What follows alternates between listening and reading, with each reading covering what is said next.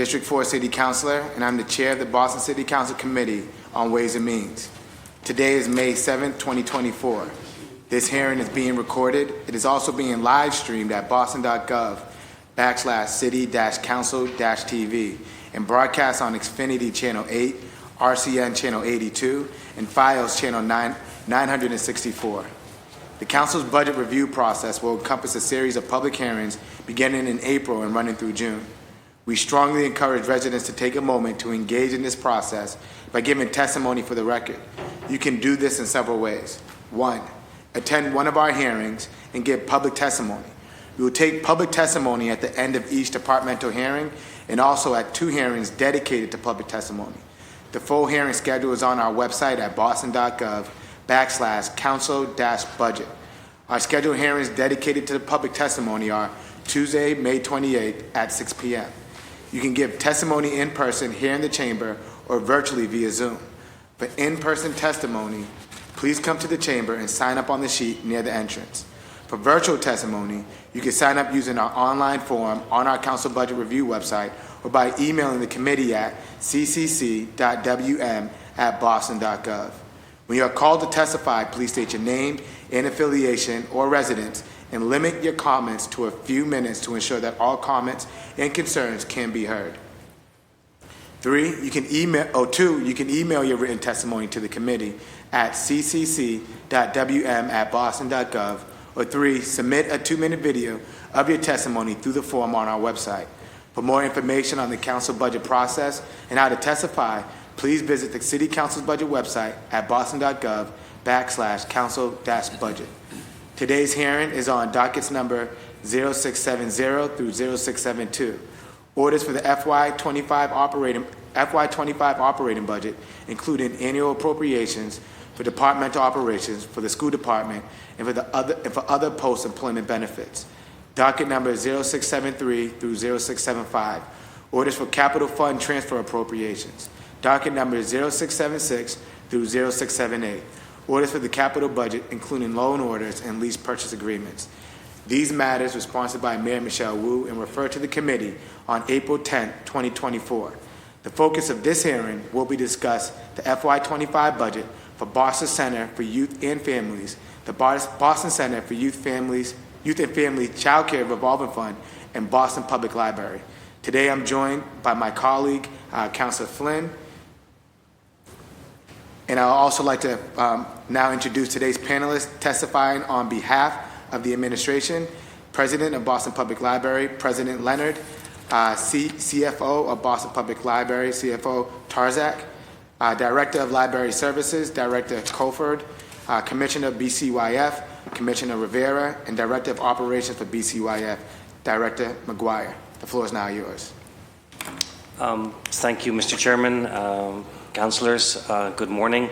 I have some opening slides to start with, and then we'll pass the microphone back. Just to begin, we did submit as part of our submission our accomplishments and goals report, which actually totals about 40 pages of analysis of our work over the last year and our goals for the coming year. In these first few slides, I just have a little recap of what is in there.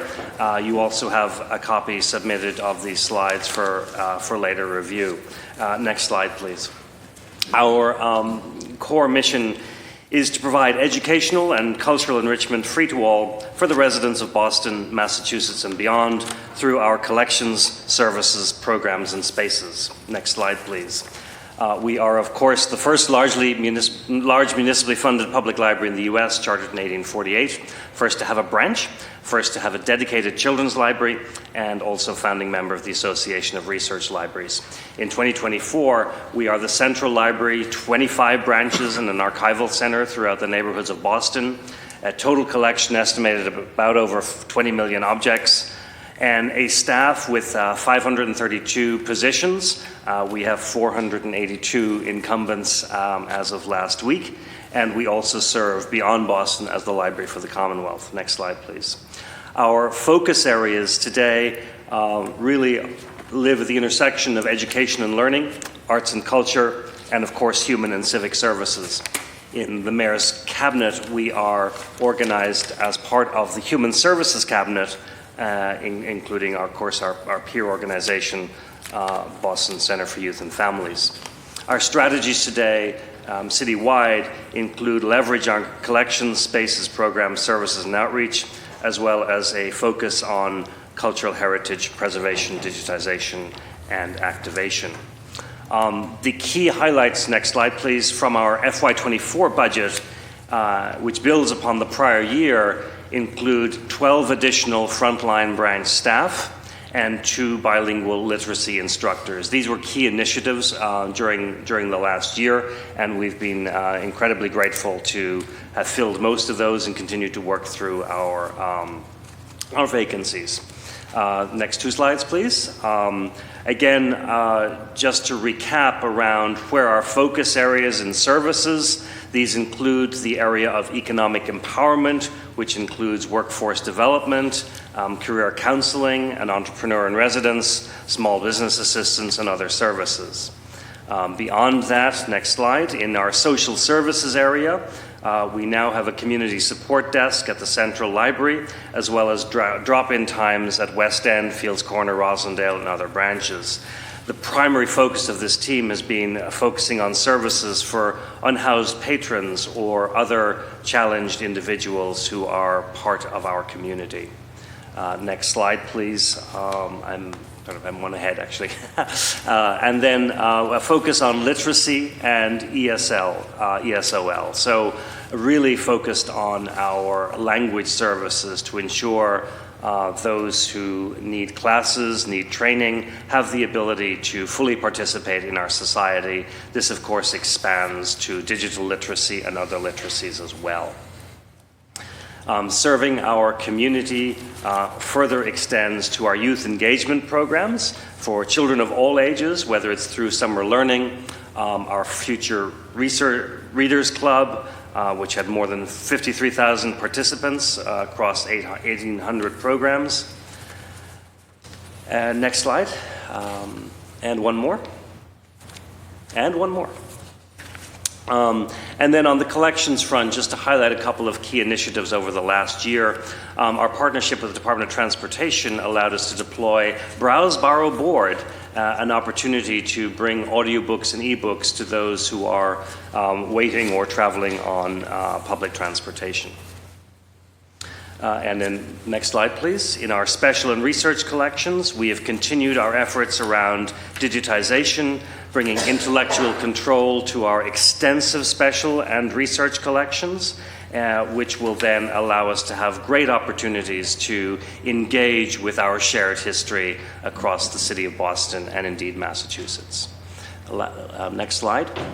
And then we also have included our focus on equity, bringing that more to the forefront as we update our collections development policy, look to fill our equity programs position, and having deployed video remote interpretation across the system to help staff connect with patrons who may need different forms of interpretation.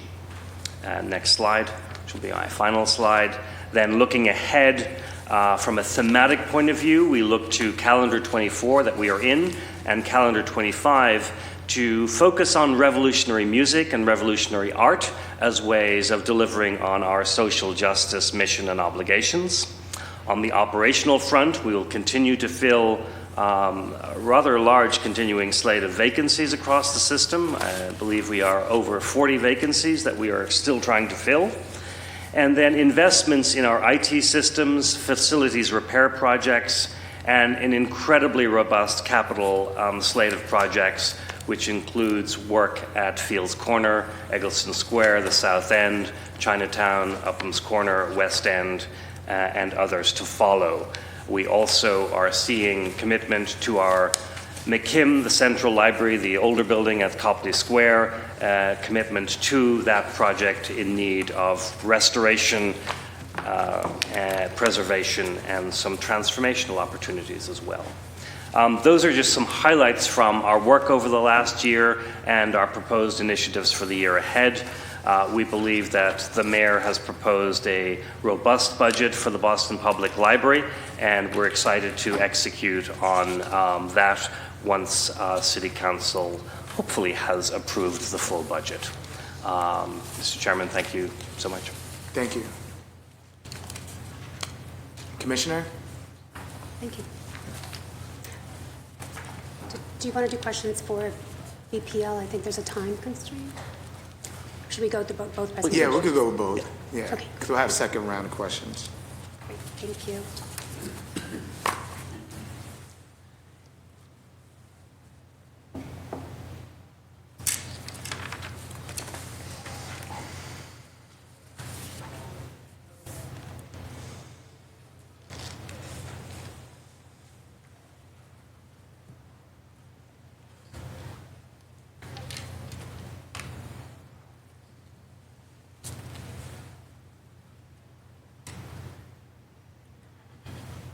Okay, so I'll get started. Thank you and good morning. Thank you, Chairman Rowell, Councilor Breeden, Councilor Flynn for joining us this morning. I'm honored to be here before you as BCYF's Commissioner. I'd like to thank Mayor Wu for her support of BCYF, and I'd also like to thank our Chief of Human Services, Jose Masso, who, like me, grew up in participating in programming at Boston's community centers and who has a personal interest in this department. I'd also like to acknowledge other team members from the BCYF team that are with me this morning. Eddie McGuire is to my left. He's the Director of Operations.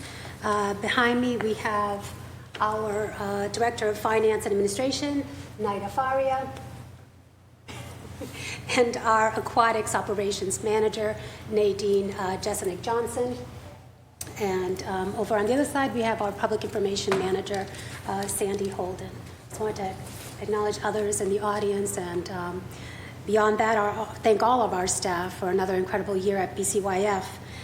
For those of you who may not be aware, Boston Centers for Youth and Families, or BCYF as we are known, is the City of Boston's largest human service agency. We operate 36 facilities across the city, which includes 18 pools and a beach. 14 of those centers are located in BPS buildings. And they are an incredible partner with BCYF. Additionally, 2 of our facilities are senior centers. You can go on to the next slide, please. Across our centers, we offer a variety of programming. You can go back to the previous, please. And our goal is to create access to recreational enrichment activities and beyond. BCYF is also one of the city's, I believe still the city's largest employer of youth through the summer months through the Office of Youth Engagement and Advancement and Opportunities. Go on to the next slide, please. Our membership has increased from 64,687 members last year, since our last budget hearing, to over 100,000 members. As of this last report, we had over 150,000 members registered. There is currently no fee for membership at any of our facilities. We offered over 7,000 programs, which almost 160,000 people of all ages participated in this past fiscal year. BCYF operates cooling centers, heating centers, and emergency shelters in the city of Boston. Next slide. You see here our interactive map and where our facilities are located throughout the city.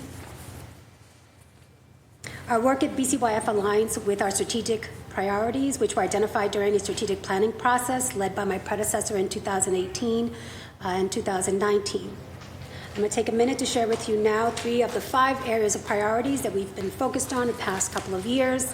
The first is to invest in BCYF's capital assets. We need to make sure that we are excellent stewards, advocates for capital assets, and they were making strategic investments for long-term viability, accessibility, and excellence in every single center. The second is provide high-quality, responsive, and excellent services across all centers. A system as complex and locally responsive as BCYF may sometimes struggle with consistency and the BCYF team is committed to ensuring consistent quality in both our own program offerings and our facilities and in programs we provide through partnerships. We aim to make our offerings user-friendly, accessible, and welcoming everywhere. The third is build and resource a system-wide human service strategy.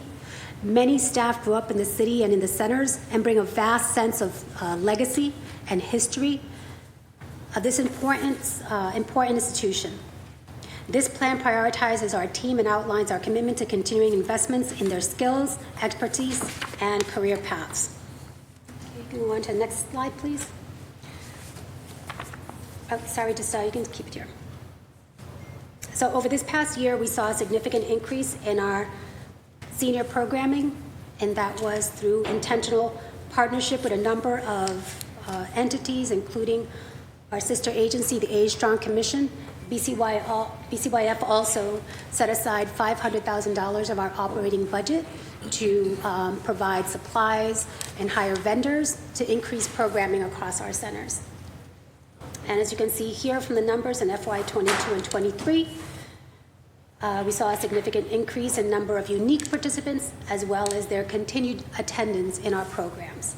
Last year's attendance grew from 14,700 to over 20,000 this year, and this data is only through April, and we continue to see increased participation in seniors. Go on to the next slide, please.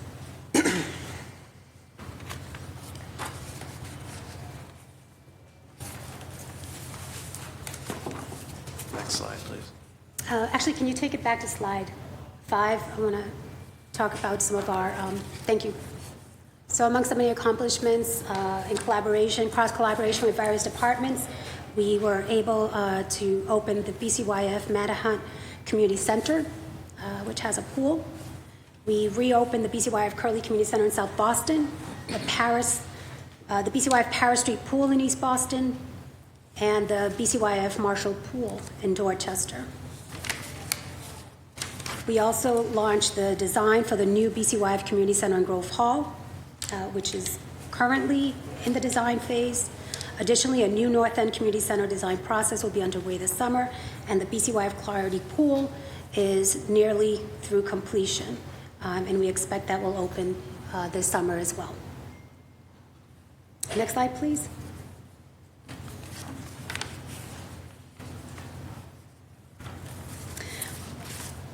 Okay. Next slide, please.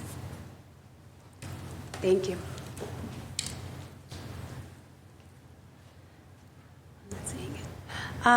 We launched BCYF Academy in 2024, a 2-day professional development conference for all 260 BCYF staff with the goal of investing in staff skills, relationship, and leadership, and to develop a shared commitment and culture. 31 workshop topics were offered. We piloted a citywide super teen initiative, a multi-agency partnership created with the YMCA of Greater Boston and the Boys and Girls Clubs of Boston to provide expanded teen opportunities. We also co-hosted teen events at the Roxbury Y and the BCYF Tobin Community Center that engaged over 300 teens in a variety of recreational activities. We've expanded youth sports programming through the Mayor's Sports Initiative, offering 183 youth sports activities across our network, with 49 of those being gender-specific to girls. In addition to the Youth Sports Initiative, BCYF partnered with the Parks Department and over 40 college student athletes to offer the 3-day Girls Sports Festival and Wellness Summit to 300 girls during April school vacation week at 4 of our centers to ensure access and use of nearby parks. BCYF has also, for the 16th year, been host of the BCYF Citywide Spelling Bee, something that many don't know. BCYF is the host for the City of Boston of the Spelling Bee, and my colleague David in BPL has been where we've held that for the last several years. This year's Spelling Bee winner, Tanoshi Inomata, will be representing Boston at the Scripps National Bee in Washington, D.C. Over 3,000 young people participated in Boston Public and Parochial School Bees to qualify for the BCYF Citywide Spelling Bee. 23 schools participated in the Spelling Bee this year, and it was a huge success. For aquatics, we can go on to the next slide. Thank you. We are creating a continuum of programming and training that provides us a pipeline for aquatics jobs. One of our priorities this past year has been to create greater access for applicants. For example, we've held 5 one-day hiring fairs on Saturdays, attended 3 job fairs, and a number of mayor's coffee hours to focus on recruiting. We offer free training and certification programs, invest in bonuses, and for the second year in a row, we have an expansive marketing campaign that includes billboards, print, and online ads. Thank you also to Chief Musso's leadership and the Human Services Cabinet for their work on Swim Safe initiative. Next slide, please. Okay, we can go on to the next one, please. Okay, now I'll mention just a few initiatives we have planned for FY25. I'll try to go through them quickly. Next slide, please.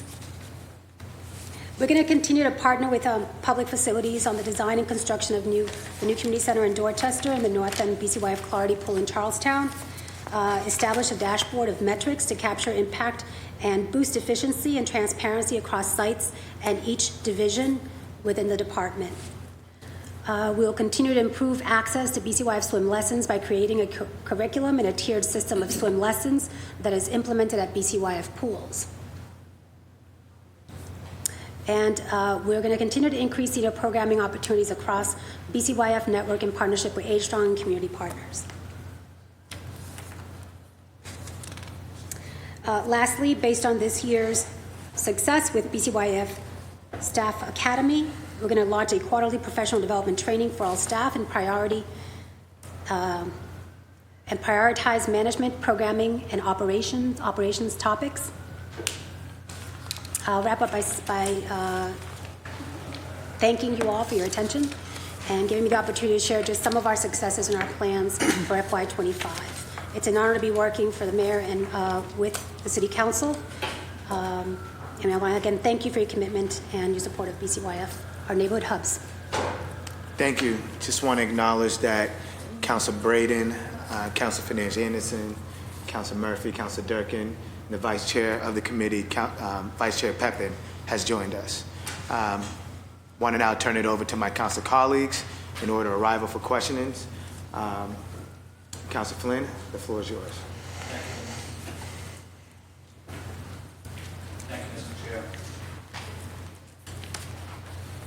Thank you, Mr. Chair. Thank you to the administration team that is here for being here and for the important work you're doing. Want to say thank you to all of you for the work and dedication you have made to the residents. Commissioner Rivera, the Curly Recreation Center turned out wonderful. I want to say thank you to the BCYF team that is down there now. Also to the men and women that have done a remarkable job throughout the years there. I want to acknowledge Eddie McGuire as well for providing strong and important leadership for so many years. I want to focus on a couple of pools, if that's okay. And I know we spoke about this before, and some of it certainly overlaps with the Boston Public School System. But the Condon School pool, the Josiah Quincy School, and the Blackstone School pool, I know they have $2 million in the budget for renovations, but do you have anything on those Condon, JQS, and the Blackstone? Sure. I'm going to turn it over to Eddie to respond. Yep. The Condon facility right now is getting a new liner put in. They're doing also some drain work at the facility. Fortunately and unfortunately, they're still doing renovations related to the HVAC for the Green New Deal at the facility. So the facility will be closed during the summer operations, but we fully intend once we're able to get back into the building and the renovations of the pool are complete, that we'll be able to operate that facility moving forward. The same thing with the Quincy Community Center pool. Currently, they're dealing with some renovation-related issues in the pool area. But we fully intend to operate that after the summer renovations also occur to their HVAC work. The Blackstone pool is a longer term scenario. with respect to renovation, as there are a variety of different facility issues from the shell, groundwater, as well as the filtration systems. So a capital investment would be necessary, and the scope of work would be significantly more in order to operate that facility. We've been working diligently with our BPS colleagues to ensure, which is the bulk of our work, is to ensure that we have the proper amount of lifeguards at these facilities to conduct programming. But we've also are trying to make available other pools in the areas to the communities as well. Thank you, Ed. During the summertime, could you join me for, I'd like to do a tour of the Condon, JQS, and the Blackstone sometime in the summer, so we'll coordinate offline if that's okay. Yes, absolutely. Thank you. David Leonard, thank you for being here. Thank you for your team as well. Worked with you for many years on many public libraries across the city. I want to thank you for your engagement and leadership. Certainly, a couple of issues I wanted to focus on. The South End Library, which is important to me, and David, I know it's important to you as well. I know the issue is potentially having a third floor addition. Certainly, funding is always a challenge. As you know, I would like to advocate for a third story, third floor. I think it's critical services that they provide, and especially to our residents in the South End from Villa Victoria, which is right across the street, and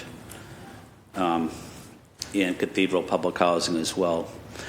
The other issue I wanted to ask about is the South Boston library study, and one other one is the Chinatown Library. I know we're making significant progress, and it's going to be incredible to have a brand new state-of-the-art public library in Chinatown. But can you give me an update on South End, Chinatown, and South Boston, please?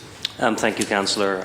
Yes, we concur that our branch libraries are a vital part of the system, and while we may be one Boston Public Library, each neighborhood, each building, each community is unique. Each staff has a unique relationship with its local community, and so we want nothing more than to have state-of-the-art facilities across all of our portfolio. Without rehearsing the history of the South End challenges, right now we are in an accelerated programming and design study. We anticipate the next community meeting being in early June, and this will actually be the third community meeting on the programming study stage of that process. We are looking forward to hearing from our architects around what they have heard, how they have digested the different requests and suggestions and proposals, and we will review that with the community. And we want the renovation to be driven by the programming needs and how those map to the mission of the Boston Public Library in today's world. So I know this is a very active community, and one that continues to make its voice heard very well. We are actively listening, and we look forward to this process advancing. The commitment from the mayor and from the library was to move as rapidly as possible, given that the building is currently closed due to a catastrophic flood now well over a year ago, almost 2 years ago, and we really want to have a state-of-the-art building at the end of this process. Obviously, our wonderful staff continues to offer services in the neighborhood, including in partnership with facilities at United South End Settlements, and we hope with our colleagues at the Blackstone Community Center a little bit ahead as well. With respect to Chinatown, this will be the first in City of Boston project to develop a new site with housing essentially above. It's what we're calling the Housing with Public Assets program. So a new branch library for Chinatown, which it has not had since 1950s, with housing above it, affordable housing. We're in partnership with Asian Community Development Corporation and their architects. Right now, we are in early stages of overall design review for the building and ensuring that the space that will be allocated to a future library will work. Once that stage is vetted, we will be in deep engagement with the community around designing the space itself for the library. Indeed, yes, the third part of your question, there is a South Boston project called for in the capital plan.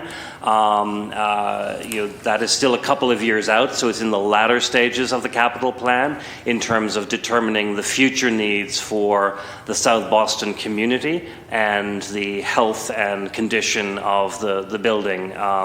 Right now, the staff there do an amazing job in serving their community, and certainly some family members, I believe, are frequent patrons of that branch, and we look forward to continuing to serve the community as a whole there in the meantime. Thank you, David. Thank you for your leadership. The South Boston Library, they have a beautiful courtyard in the back, as you know. A lot of seniors go up there, including my parents, almost every other day. There's a lot of young families that go up there with their children, but also it's one of the oldest, as you know, one of the oldest libraries in the city as well. But thank you, David, for being here. Thank you for your support of all of the libraries across the city of Boston. Mr. Chair, I have no further questions. Thank you. Council Braden, the floor is yours. Thank you, Mr. Chair. Good morning, everyone. Good morning. Okay, where will we start? David, thank you. Nathaniel Branch Library is open and hopping. It's incredible. We have a whole new group of new library users over there, and it's really very, very wonderful. Great excitement. We're having our funky auction on July 1st, if you want to swing by. Got the email this morning, actually. Excellent. The one question I had on the library question was, I noticed in the new program structure, I'd love to know how you've restructured your library services program. I know you've moved some things around, and there's a new line in this. Yeah, I think in the budget book we were really aligning the categories with how we've been operating for the last several years. I think we want to be more transparent about where the budget lines and numbers are in terms of how they map to how we operate in today's world. So Michael Colford, to my right, is the Director of Library Services and oversees the Central Library system-wide services to the public, as well as collections and digital. So you'll see that reflected in the structure in front of you. Yeah. Thank you very much, Councillor. So we were trying, as David said, to make things more clear, especially along with budget alignments. The major changes we made is we removed from the administration line a lot of the charges that were actually part of the Library Services Department, so to make it more reflective of the actual work that's being done.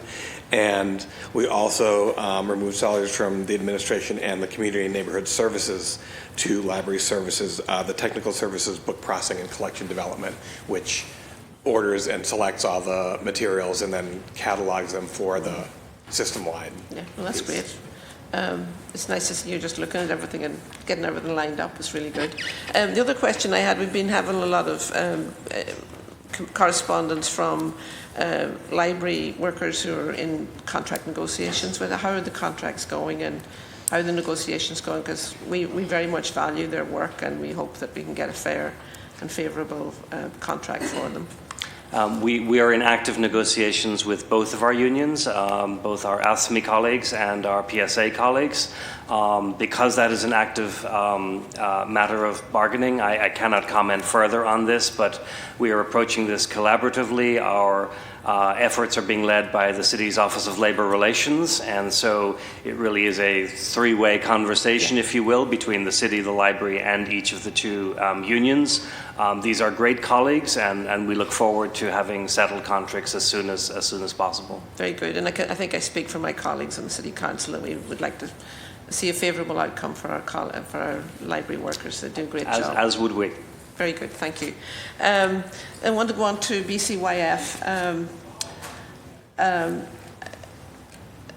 It's a matter of great frustration to me and to my community that Alston Brighton has only one BCYF community centre that's relocating to the high school temporarily in a month's time, or 6 weeks, 2 Correct. months. I know we've talked about this a lot, but I just wonder how that process is going, because I know it seems to be very, very slow in terms of, and I appreciate as well that the location at the Jackson Man is a public school location as well, so I think there's probably more complications than it may be with another freestanding centre, but how are we doing with the progress on that project? On the new community The center new, project? the new plan, yes. Are we Yeah. Are we getting close to? I know we've had a programming study, but The where programming, are we exactly. So the programming study concluded several months back, and now we have a request for funding, capital funding for the next phase, which is a design phase. And once that is funded, we'll move forward. And if I recall correctly, it's about an 8 to 10 month process, design process. We work closely with PFD, and in this case, which will be different for us, we'd be working with BPS. So that will influence the timeline as well. We'll have to work with PFD and BPS on the design. So when we had a talk with capital planning and said, you know, the Jackson Man Community Centre was to be scheduled sometime in the future, like that could be next year, it could be 3 years away. Like, have you any sense of where we're at? Because because it's the only one, I think there's a level of urgency, and we just seem to be getting passed out by every other project, every other BCYF project in the city gets priority over us. So where are we at in terms of? I understand that, yeah. So I don't have a timeline, and I'm happy to go back and try to get a timeline. But we will have, with the center moving to Brighton, we want to continue to provide all of the programs. We've met quite a bit with the school, with the leadership there, to ensure that we're offering programs that can just cater to the high school, which is different from where the Jackson Man has been, but we'll continue to provide all the other programs as well. We recognize that not all of the kids will move to this new site, but we want to make sure that, again, we're catering to the community. Okay. In terms of facilities, some of the facilities are owned by the city and some facilities are owned by BPS, and you co-locate your programming on BPS. Is there a breakdown on which locations are BCYF exclusively or shared co-located with BPS? With respect to all of the facilities or community centers that are within BPS schools, it's a BPS building, yes. And we work with them to determine and identify the spaces that we need, but they have other programming and needs as well. So it varies from school to school, which spaces are utilized by BCYF. We typically operate the pools, to gymnasiums when they're available, and additional space for either after school or teen programming. It varies school to school. So you mentioned in your presentation about all the partnerships that we have. What sort of partnerships are there centres that are run by other outside partners, or are they all exclusively managed the programming run by BCYF at this point? Like, how does that work? So at our community centers, we have a variety of scenarios. So there's programming that's run by us, there's programming that's run by partnering entities, and there are entities that occupy space in our facilities and operate their own programming. So all of the above. Within school buildings, we work in partnership with BPS, and similarly, there are other nonprofits and entities that are operating in the facility. So I'm curious about how our partners selected? Like, is there an RFP process, and then do you have a memorandum of understanding with those partners, and is it reviewed periodically, and how does the whole structure work? Yeah, so there is a combination of things. Some of them are historical, and that's something that we're looking to make more transparent and have it be more consistent across our sites. because we've been in partnership, again, with a variety of entities, including sites councils that are called, that partner with our community centers, and they have longstanding partnerships. So you have a combination of things. There's historical, and there's also new partnerships that through either RFP or by putting out a bid, we hire vendors, we call them vendors, to provide programming. And then I'm also thinking about maintenance and repairs, because I know we've had this conversation, Eddie, a few years ago. Maintenance, repair. If the facility is in a BPS location, or I imagine it's a big job keeping track of where everything's at in terms of timely maintenance, and then thinking about obsolescence of heating systems and cooling systems. How do you keep track of all that and keep everything, the maintenance schedule? We work very closely with BPS facilities. Most of the time, as the commissioner highlighted, we don't have autonomy over those spaces. So essentially, when we're experiencing something at a BPS facility, may it be related to HVAC or electrical plumbing, we share that information with their facilities department. There is a process in which we could put tickets in and we usually do this in partnership with the school leader at the site to identify it. And at that point, BPS will prioritize it based on many of the issues that they face on a day-to-day level with the amount of facilities that they operate, to then try to address them. And then we stay in touch. As you're all aware, aquatics have been a big topic for a lot of people, so we're regularly in touch about that as our team is constantly assisting in it. But regularly, I'm working with Brian, Carolyn, and a few other people to make sure that we have that information in front of them, and then we're all on the same page about timelines. Sometimes timelines, as with any proposal, change based on, new conditions or things that they have found during that process. Very good. And one more question. I'm just out of time. Cooling centres. The Jackson Man Community Centre is a cooling centre, and we need it in the summer because we have an outage every day. We get brownouts, and folks need somewhere to come and stay cool. What's the plan for the cooling centre capacity when we move to the high school? Or have we found another location? We would work with, I believe BPHC has oversight over most of these locations. We assist in them by providing space. What we would do for this summer primarily is work with them to see if there's another location within the neighborhood that would best suit that scenario.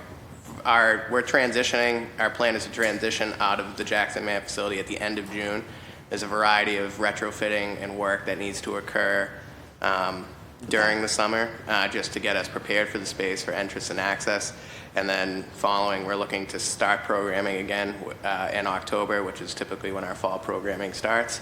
So I would have to follow back up with you on that with respect to what that facility would be. Okay, thank you. My time's up. Thank you. Thank you.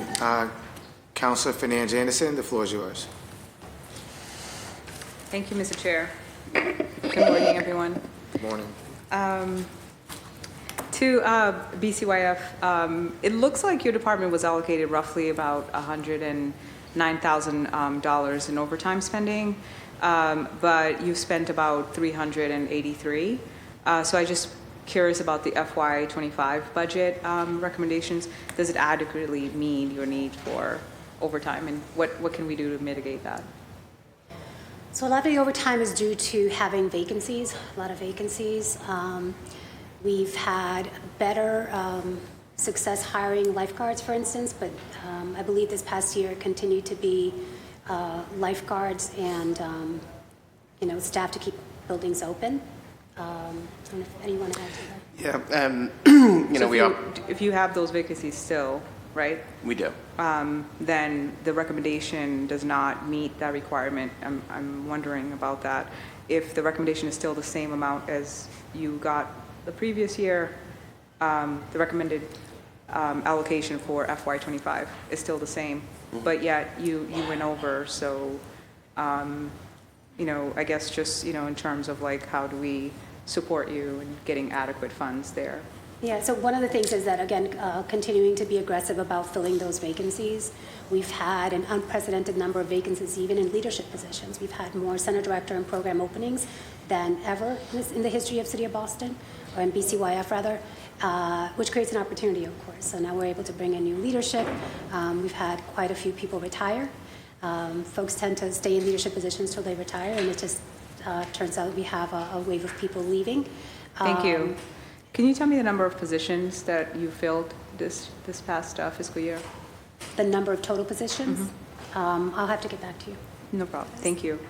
And so looking at the overview of your contractor services spending, it looks like BCYS spent about $110,989 to be exact on WMBs, out of a total of $22.5 million, accounting for about 4% of contracts to MBEs. So how is BCYF working on supplier diversity? We work closely with procurement, and we bring in, I don't think, I have to look at that number because I'm fairly certain the number is higher. We have not just the maintenance contracted services, but we also have programming contracted services that we use. And so I'll get back to you on what that number is and how we've managed to bring in diverse, BIPOC and WMB or MBE vendors. Took it from the RFI you submitted, also took it from the budget book, but I can also verify to make sure we're on the same page on the number. Thank you. I guess for your,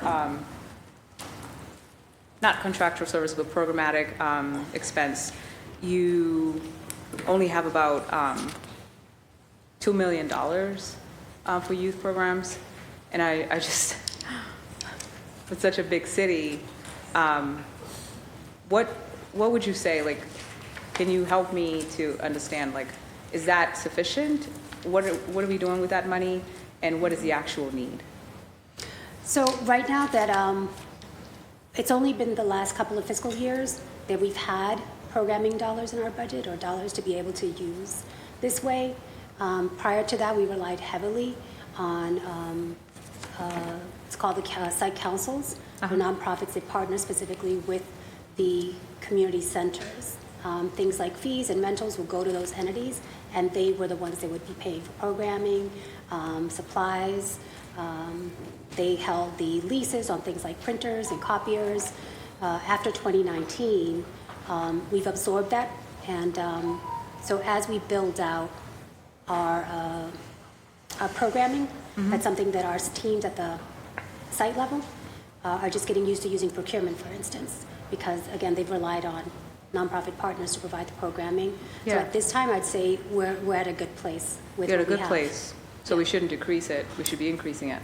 I think the $2 million is where we need to be right now.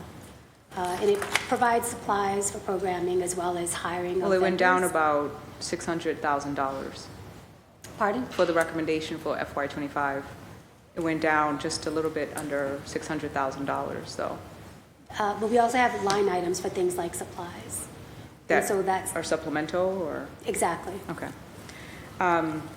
Thank you so much. For library, so I'm excited to hear about Eggleston Library, and I'm just wondering about the times of the meetings, your process for community engagement. 6:30 to 8:30, convenient, right? People get out of work, but the moms and dads that have to put their kids to bed and dinner, and they're wrapping up homework possibly. And so just wondering, your process for community engagement, how do we access people that are not coming to these meetings or can't come to these meetings? Thank you, Councillor. Yes, we're excited to see the Eggleston Square project now move into design, with a community meeting coming up real soon. The first one will be a virtual meeting to bring people up to speed on what the plans are and how much of the programming study work that took a full year is being transferred forward. We anticipate having a mixture of in-person and virtual meetings throughout the process, as that is different people prefer different modalities to participate. That answers my question. Thank you. But in terms of like going beyond that outreach, are we keeping track of how many families are engaged in this process? Super important. We want everyone to have a voice. How are you doing that? Do you track it? Priscilla Foley is the Director of Neighbourhood Services, is sitting behind me. She will manage the process of engaging with the community in conjunction with the branch librarian. The overall outreach is jointly done with ONS, Office of Neighbourhood Services, as well as Public Facilities Department, and so together we'll have many opportunities for people to participate, whether that's email, phone calls, showing up to meetings, surveys at some point if we need to. So there's a wide range. Happy to support. It's an abutting library. But I get so many calls and invitations to these meetings because it's literally on the boundary line of my district. So a list of, how you do that, and maybe engaging my office so that we can support with outreach as well. In your RFI that you submitted to the council, mentioned that there are a number of vacancies in your department. And I guess I'm just wondering about diversity, being that your department is majority white workforce. So what are we doing to work on that, and are we measuring it? Do we have some sort of analysis to figure out the direction, if we're making progress or not? We look at those numbers quarterly in terms of hiring. I'm happy to report we are continuing to trend towards the racial demographic breakdown of the city of Boston at all levels of the organization, some more faster than others. I think the two internal things we like to do is try and ensure we have the biggest pool to pull from when we are posting positions. Some lend themselves to more targeted outreach versus... In terms of workforce development, or? In terms of outreach to specific communities. Understood. Something we could also support with. Is it possible that on record you could submit some sort of comparison between 23, 24, 22, 23, 24? Just want to understand so that next year, hopefully, God willing, we're making sense in monitoring progress. Thank you. Thank you. Also, I've noticed that, while overall men make up just 36% of BPL workforce, they make up over half of your employees' earnings, over $100,000 per year. Can you talk about that? I'd have to get back to you on the specific breakdowns. Okay, so my breakdown is that they make up about 36% of BPL, but they make up over half of the people that make up that earn over $100,000 per year. So obviously, there's a huge pay inequity there. So same thing. Let's watch that. Let's be intentional, and I know you are. Let's be intentional in making changes and monitoring the progress. I will reserve my time because I think my questions change more into programmatic. A little bit about South End afterwards. So I don't want to just segue and then. The king of Zamunda tells me I have to stop talking. So, Mr. Chair, thank you so much. I'll just wait my turn. Thank you, Council Anderson. Just want to acknowledge that Council Fitzgerald and Council Coletta has also joined us. Vice Chair Pepin, the floor is yours. Thank you, Mr. Chair, and thank you to the panelists for being here today. I was very excited for this budget hearing, just because you all do such amazing work, and just found out I think my district has the most BCYF centers in the entire city, so I'm very proud about that. But with that comes a lot of questions. I want to start off with asking when, regarding the Mildred pool, when will we find out if the Mildred pool will be open this year? If it will be open this year? I'm trying to Eddie for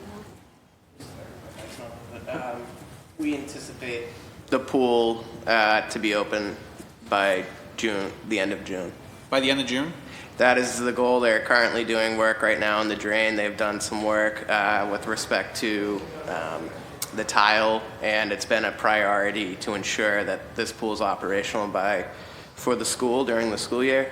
But The 3 pools that I'm aware of and that we've been given a timeline of the end of June is the Perkins Community Center, Mildred Ave, and the Hennigan. So we're, obviously anything pool related, you know, we keep our fingers crossed because they could fill the pool and find a different issue, but we fully anticipate to operate that pool this summer. So it's a draining issue.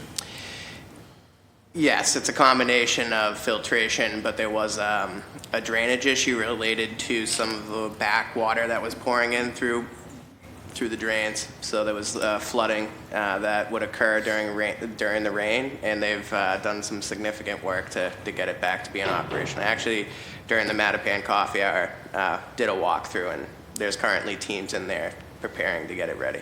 That's awesome. Okay. Would I be able to officially ask if our office and community members can be updated on the timing of the Mildred pool? Yep, absolutely. We work closely. This is a BPS facilities proposal project, but we work closely with them, and our certified pool operators are there regularly to continue to advise and keep us updated. So I will make sure you get those updates as well. Thank you. Thank you. Which leads me, I'm glad to bring up BPS, which leads me to my next question, because I know the Mattahunt and the Mildred both have BPS connected pools on their sites. Yep. But it's my understanding that unfortunately the schools are not using them at the moment as part of their physical education instructions, although they do have a swim instructor at the schools. So my goal is for the Mildred and the Mattahunt school is to be used like the Murphy Schools pool, where the kids at the schools are receiving swimming instructions. Do you see this being a possibility in the next school year? What's the holdup? Why hasn't both the Mattahunt and the Mildred schools been used like this before? I'm not sure the exact reasoning as to why they haven't. Well, Mildred obviously because it's not filled, but the Mattahunt pool, I can follow up our site staff to see what the situation is. We don't program those pools until after school, so our lifeguards will be coming in. I believe dismissals around like 3 to facilitate that. We usually have a head lifeguard on staff that's there around 1 o'clock. If for some reason there is an issue and we might be able to help facilitate that, we have no problem doing So it. I'll just jump in, Counselor, that would be a BPS question. BPS? Yeah. Okay. So they would have to, I don't know if it's they would have to program that. Okay. Now probably go through public facilities. Or Pardon? Would it go through public facilities?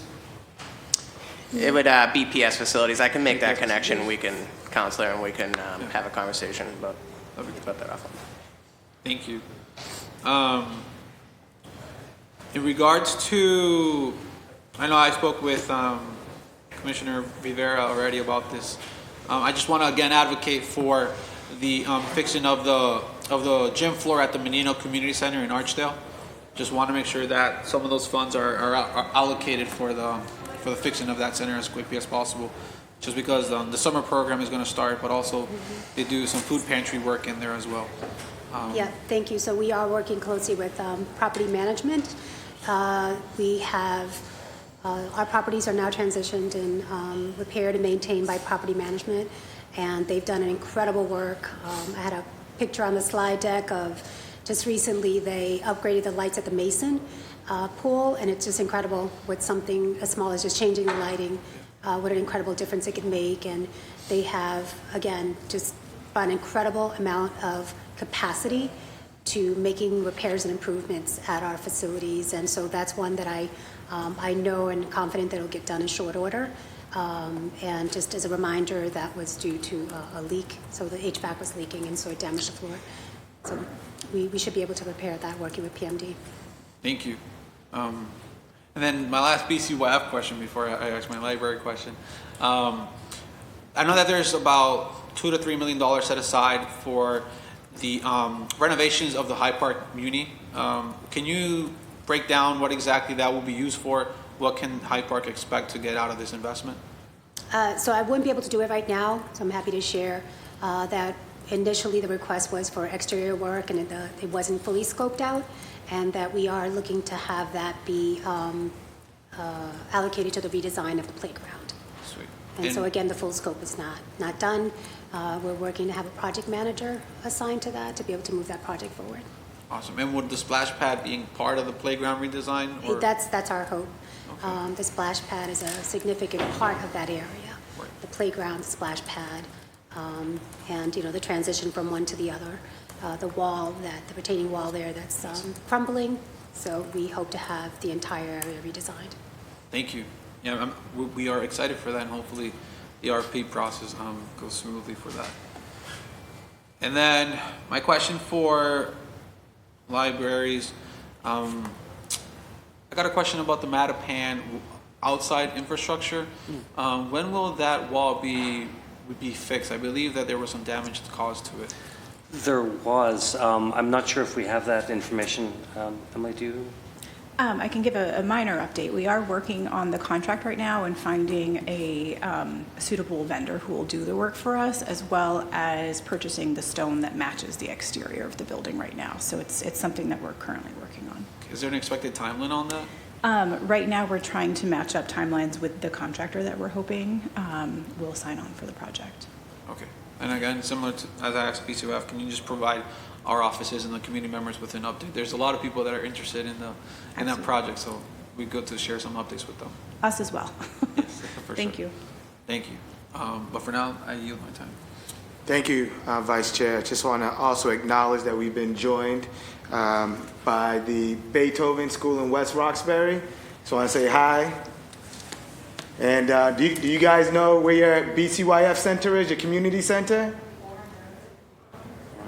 Orenberger. And then what about your library, your closest library? West Roxbury? Awesome. Well, these are the people who run those services for the city of Boston. Always great to have our young people inside the chambers. Councilor Murphy, the floor is yours. I'm sorry I stepped out, but I went to see their projects are over in the pavilion. So they came to visit all the kindergartners. And I guess it's good for us on the council, but I don't know how fun they thought, but the new playground is shut down today. And that was their next stop, so they decided to come in here to the council meeting. So welcome, Ms. Mahoney and the kindergarten class from the Beethoven. So my question, Eddie, we met a few months ago about preparing for the closures and the work that will be happening at both the school side and the community center side. Do you have a list now? There were like many moving parts at that point about any of the summer camps that we were wondering, did they get their occupancy for new sites? And if you have an overview, that'd be great.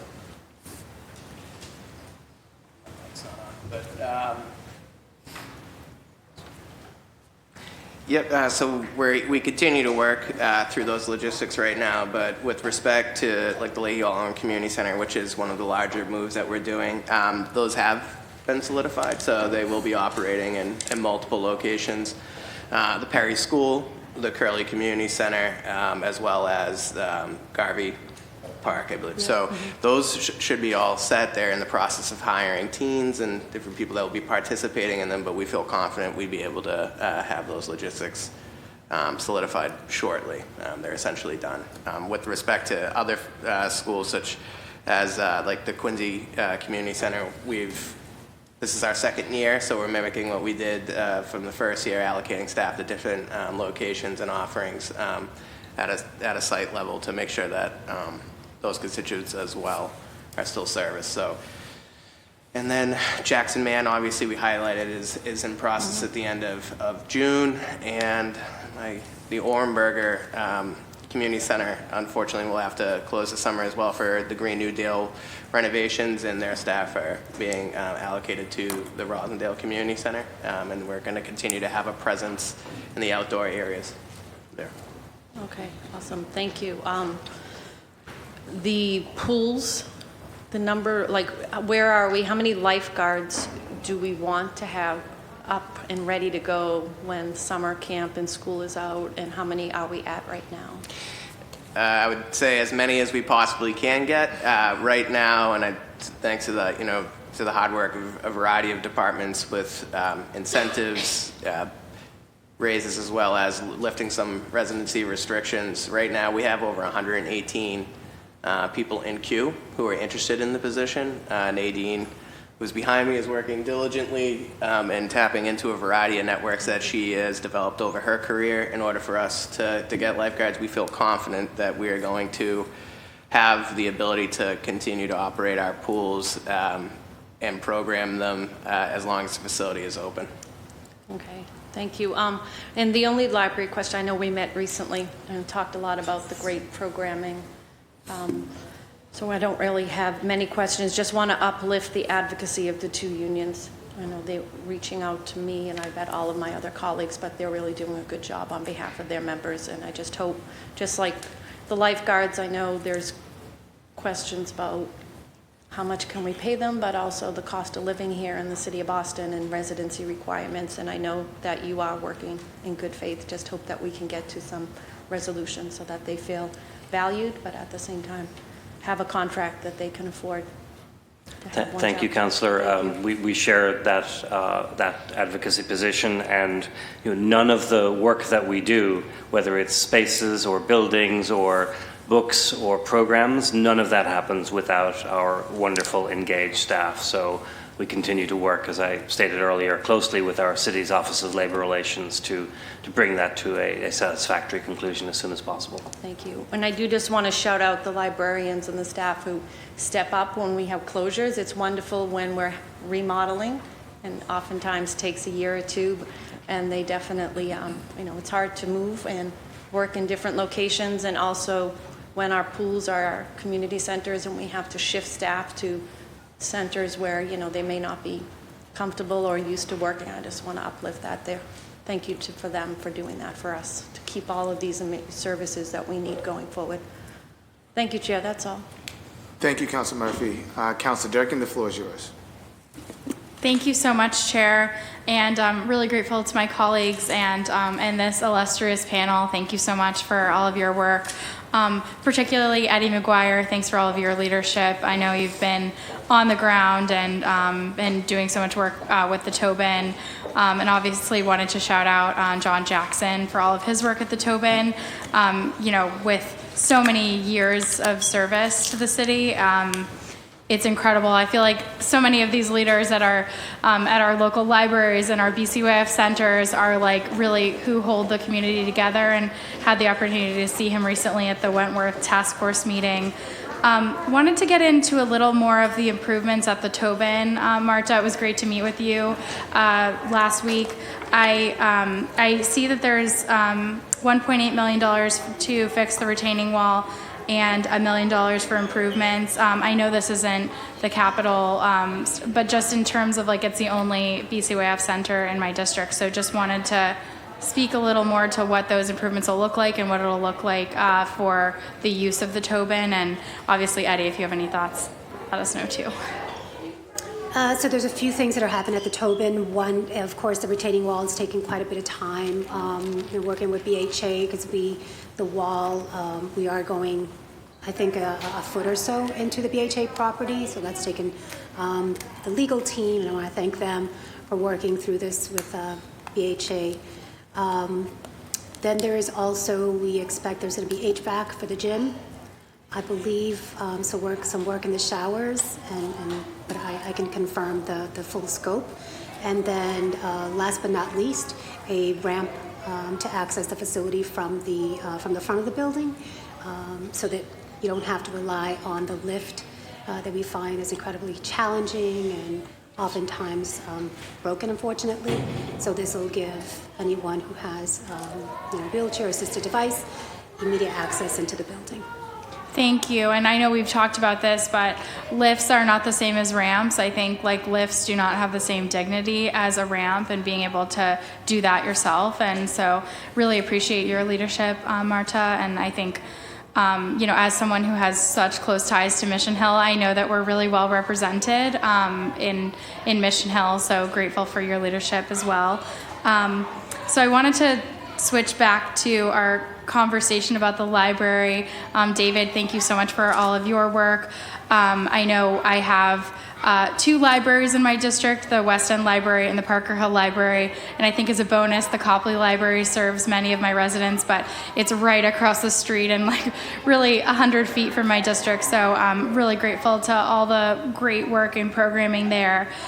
We've talked a lot about the inclusion of a Fenway branch library as part of the 1400 Boylston Street project, and I know we've had some great conversation about this.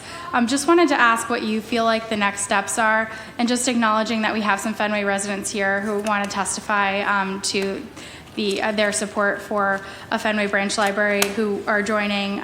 We've gotten some written testimony today. We have some folks in person, and we also have some folks that'll be participating virtually today. So I think it's just important that that the city see that there's excitement for the idea of a library at 1400 Boylston, and obviously we've talked about this, but as the population of the Fenway grows and the population, we obviously want those amenities to grow in scale to the folks that live there. And so I know we've talked a little bit about the need for a programming study to dictate what it would look like for there to be a Fenway branch library and what the programming inside for those that are interested and those that are watching online. And I know a lot of people are focused on this hearing, particularly about the Fenway branch, their support for a Fenway branch library.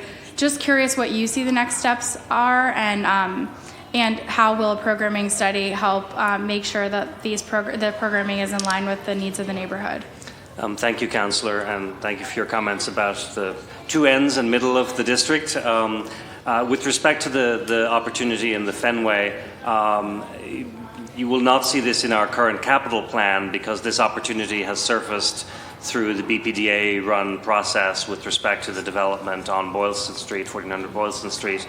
And so we have certainly been engaged in planning and pre-planning conversations, and agree that getting to the programming study would be the logical next step, which would be excited actually to have some of those conversations about what are the real neighborhood needs, so that we can understand what would be the best use of a 5,000 square foot as currently proposed civic space to potentially become a satellite branch library. So we believe that would be the right next step. It would follow our normal process as close as possible, and that requires 2 things. It requires the funding to actually be made available. That would be a BPDA question currently. And then secondly, we would need to have the conversation with the Public Facilities Department about where such a programming study can fit in our shared timeline for next steps. I don't want to put you on the spot at all, because I already put you on the spot this month earlier in our hearing about the about BPL, but just curious, 1400 Boylston calls for the developer, Samuels and Associates, to pay for the core and shell of the building. What do you see as, obviously, I think the next step for me is thinking about like who would be in charge of sort of deciding what the innards of this building look like. And then on top of that, I think that is really why you're talking about a programming study, is to determine what does that inside look like, how can it fit community needs. Can you talk a little bit more to sort of what you think the core and shell means versus what would sort of be BPL's responsibility? And obviously I'm not holding you to your answer here, I'm just curious your thought process. Well, it's interesting to think about the 3 other developments that we have that are beyond our normal approach, the 3 that fall under the Housing with Public Assets program, which would be Chinatown, the West End, and Uplands Corner, because those are development attached or development related projects in many ways. And so I think we have some learnings from what the procedure can look like, but it is more complicated to do this other than as a standalone city-owned site and capital project. And so I think you're correct to point out that we need to understand what all of the costs are involved and who would bear those, as well as what the unique needs of a neighborhood would be. Our standard process certainly decides, as we've talked about with the other projects, what should a collection size be, what should a space to hang out in or work in be, what should the staffing level be. And so I think we have an interesting opportunity to do something unique that would be responsive, but I don't want to get ahead of hearing directly from the community in a programming study about what those needs actually are. Well, and I think that the community has really taken a first step today because we've seen written testimony. I see some folks in the crowd who are going to participate in person, and then we'll have some virtual testimony. But I think creating a perfect process means taking that next step and saying, what do you actually want to see? So we have the support, we have and dare I call them the Friends of the Fenway Branch Library, because I think that there is that much of an effort and there is that much support, that there is sort of a friends group that is forming. I also you mentioned the West End Library, so I wanted to bring up my issue or potentially a point of potential collaboration. I know that residents of the West End and Beacon Hill are eager to know about a temporary location or a temporary plan. I know, David, that you've answered that question for me before, but I'm just curious, what do you see the process for that looking like? And obviously, I'm honored to work in partnership with you. I know that our public libraries are such a core, they're the core institutions that so many things come out of our partnerships with the libraries, and there are many friends of the libraries that exist in my district. And but I just want to, I think it's really important that we don't squander the time that we have prior to the development phase of the West End Library to figure out a temporary location or something that might exist. Yeah, thank you. I don't believe we are squandering time. I think we do have enough time given what the development timeline will look like and what the design process will be and look like. But certainly as we get deeper into that process, we will carve out the appropriate time to talk with you and community members about the specific needs so that we can continue to offer the most needed services to the best of our ability in that neighborhood once we approach the actual closure, just as we've done with all of the other recent renovation projects. Faneuil just reopened, as we talked about earlier, and so we have a model. We know it works. It always makes people a bit nervous before it happens, but we look forward to having those conversations during the planning and design process. Thank you so much. I think I've probably gone on over time, so I'll yield back my time. Thank you. Councilor Fitzgerald, the floor is yours. Thank you, Chair, and thank you to folks from the library and BCYF for coming before us today. Start with the library questions. District 3 would first like to thank you. Guys have done a fantastic job in District 3 over the past several years now with investments in our libraries, with the Adams Village Library open up, Fields Corner under design for future construction, and the Upham's branch. That may be my first question. The Upham's branch timeline. Just because I'm not as familiar. Can you just remind me again where we are with that? Yeah, so a developer has been selected for the site. Yep. We are collaborating with the developer around what is the best way at a grand scale to actually incorporate library space into the overall design. An architect has been or is being selected and brought under contract who will represent us in the design activities. And there is a public facilities department project manager assigned. We actually just updated the neighborhood working advisory group about 2 weeks ago on the status of the project. And once it goes formally into library design activities, we'll engage our usual community process to bring the community into those conversations.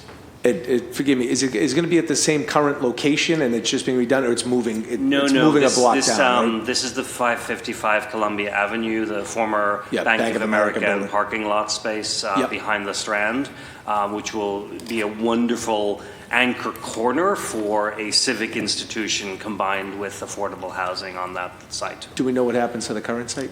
The current site is actually inside a community health center building, and Right. so that space would revert back to their custodianship. I just wonder what they do with the pool aspect, which was always a very cool piece of it. Well, but perhaps how they thematically that reinvent could, how they reinvent that in the next. I thought it was great as a library. But that's great. Thank you very much. Just while I adhere, obviously advocating in the south end part of my district, while it's not technically in the district, there are many constituents that would use it, always advocating for the third floor of the library.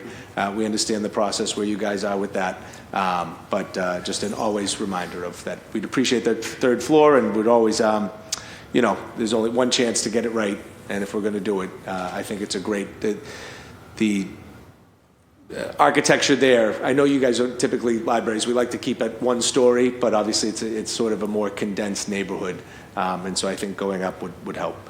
And I was thinking about this the other day. I got two for the services provided, both senior services and immigrant services at the library.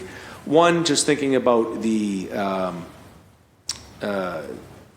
what we do for the seniors, and I know there's a lot that we do in the transportation and getting them there, if that is ever a barrier, and how we can help there. And I was talking with someone the other day in the Polish Triangle section of District 3, and they were saying that they would go to, there's a church right at the tip of Dorchester Street, where they would go and they learn how to speak Polish, and they learn about their history and learn about their culture. And that's where a lot of the folks in that neighborhood go to stay connected to their culture.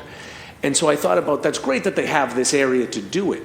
But how great would that be? It seems like a library is a perfect fit for all cultures to go. And if you could, how do you target that outreach to say, hey, come here, learn about your Haitian culture, Irish culture, Polish culture, wherever it may be across the libraries, and have folks that can teach the language, the history, the culture. I think it would be great for all people. But it just seemed, I don't know if the library does anything like that right now. But when I heard about the Polish Triangle thing, I said, that sounds like a library program. Yeah, I mean, there's the question of the character of a branch redesign, where those cultural references can get incorporated, but we also have a new community history project that's very responsive to those needs. Michael, would you just talk briefly about those, please? Sure. One of the things you mentioned, a lot of libraries across the country do a really great job doing outreach to churches, where a lot of communities spend their time. So that's something that our community learning team has been thinking about, going out into the churches to really reach that community who aren't coming to libraries. We do have a fairly active, a good example is in the Chinatown branch. The branch librarian there does a really great job with language skills and attracting that community there. So we're trying to do more and more around both language, history, and culture. And then David mentioned our community history team, which is really about unearthing the histories of a lot of underserved communities throughout the city that aren't taught in schools or aren't regularly talked about, and helping them with teaching them the tools that they can actually preserve those histories, create oral histories, create Wikipedia entries all across the board. That's all. Is there that's something that I would fully support getting behind, and what the budget on that program itself. Are we happy with that at the moment, or? It's one of our newer programs. What we've been doing with our newer innovative programs is we start with private funding. We have the Boston Public Library Fund that raises funding for us. So, and then that's kind of a proof of concept. We show that this is something that the community wants, this is something the community needs, and then we transition it over to city funding. So the last year or so has been funded by private funding, and that's been very strong. So. Great. We're in the middle of that process. If you need help in advocating for more, please let us know what we can do as a body. Thank you for your support on that. It may very well turn out that once this startup phase is completed about a year from now, we may be back for FY26, depending on what other priorities are at the time. Great. BCYF, Commissioner Rivera, how are you? I'm well, thank you, Councilor. It's very nice to see you, and I think it's great that you allow people from the audience to come down and sit next to you. Eddie, are you on the panel? I am, yes. Oh, I've got so many more questions then. No, Eddie is a fantastic director of operations, takes care of all the property. I know from being the president of the Tobin Community Center with Councilor Durkin here, as well as my own in my district. Thank you very much for the top-notch work you do, Eddie. Thank you, Councilor. Similar to the elderly services questions that we asked of the library, how is it, I saw some in the presentation, but again, it's more to me about the transportation issue. I'm thinking about how do you get the folks from, we only have one BCYF in District 3, but how do we get the folks from Keystone, Bellflower, the Savin Hill Apartments, et cetera, to these services, and has there been any barrier there? I'm going to say no. We are happy to explore, right, and see how we can improve it. But again, one of the things that we are naming as an accomplishment, a significant one, is the increase in senior programming and participation. Great. So we're thrilled about that. But as always, happy to look at how we can improve, how we can increase access. Transportation can be tricky, but we're always happy to have that conversation and see how we can, again, improve. No, thank you. It's just something, I know you guys provide great services for the seniors, and so I just want to make sure we are helping you bring those folks to those services to make sure they're getting taken advantage of. So again, if there is any issues in the future, please let us know. We can help that.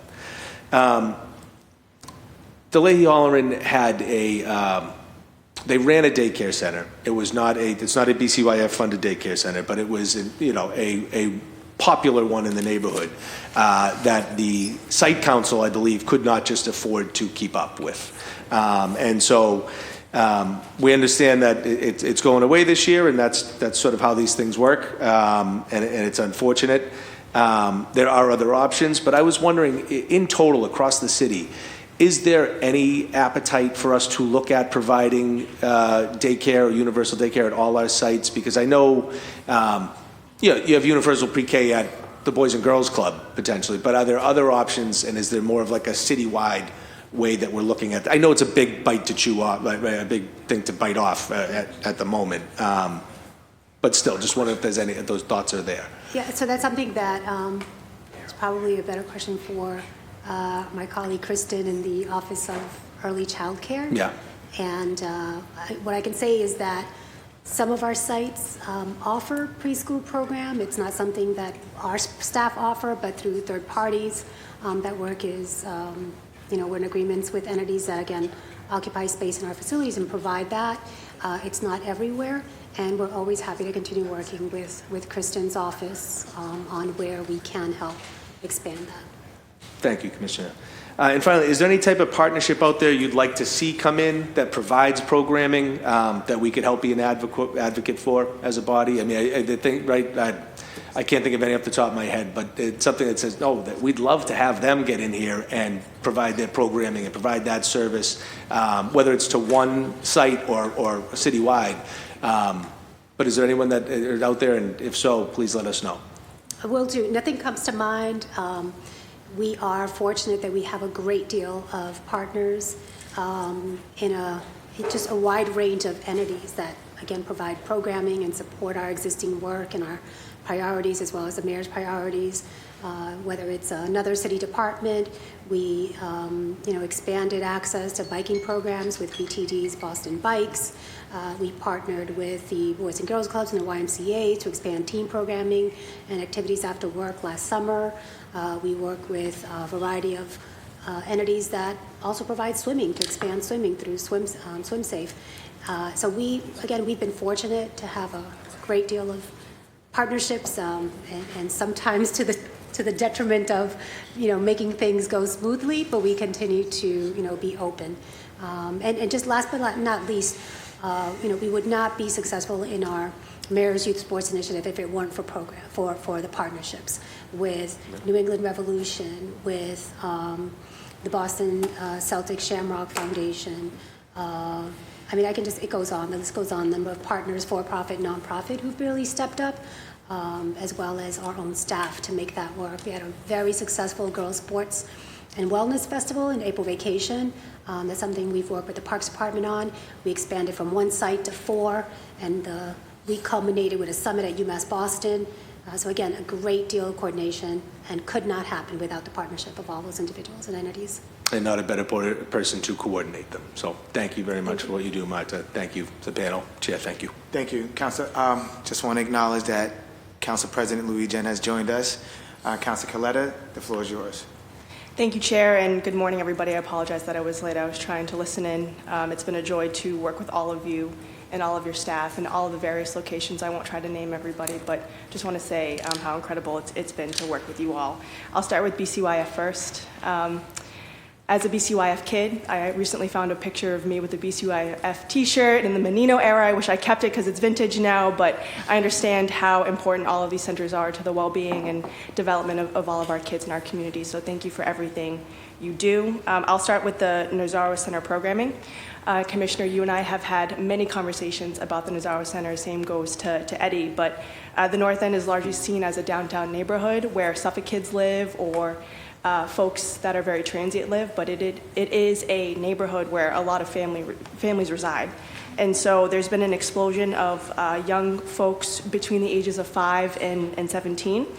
And families had been very vocal and contacted my office about getting better programming at the Nazaro. I know that there have been staffing challenges that have been resolved.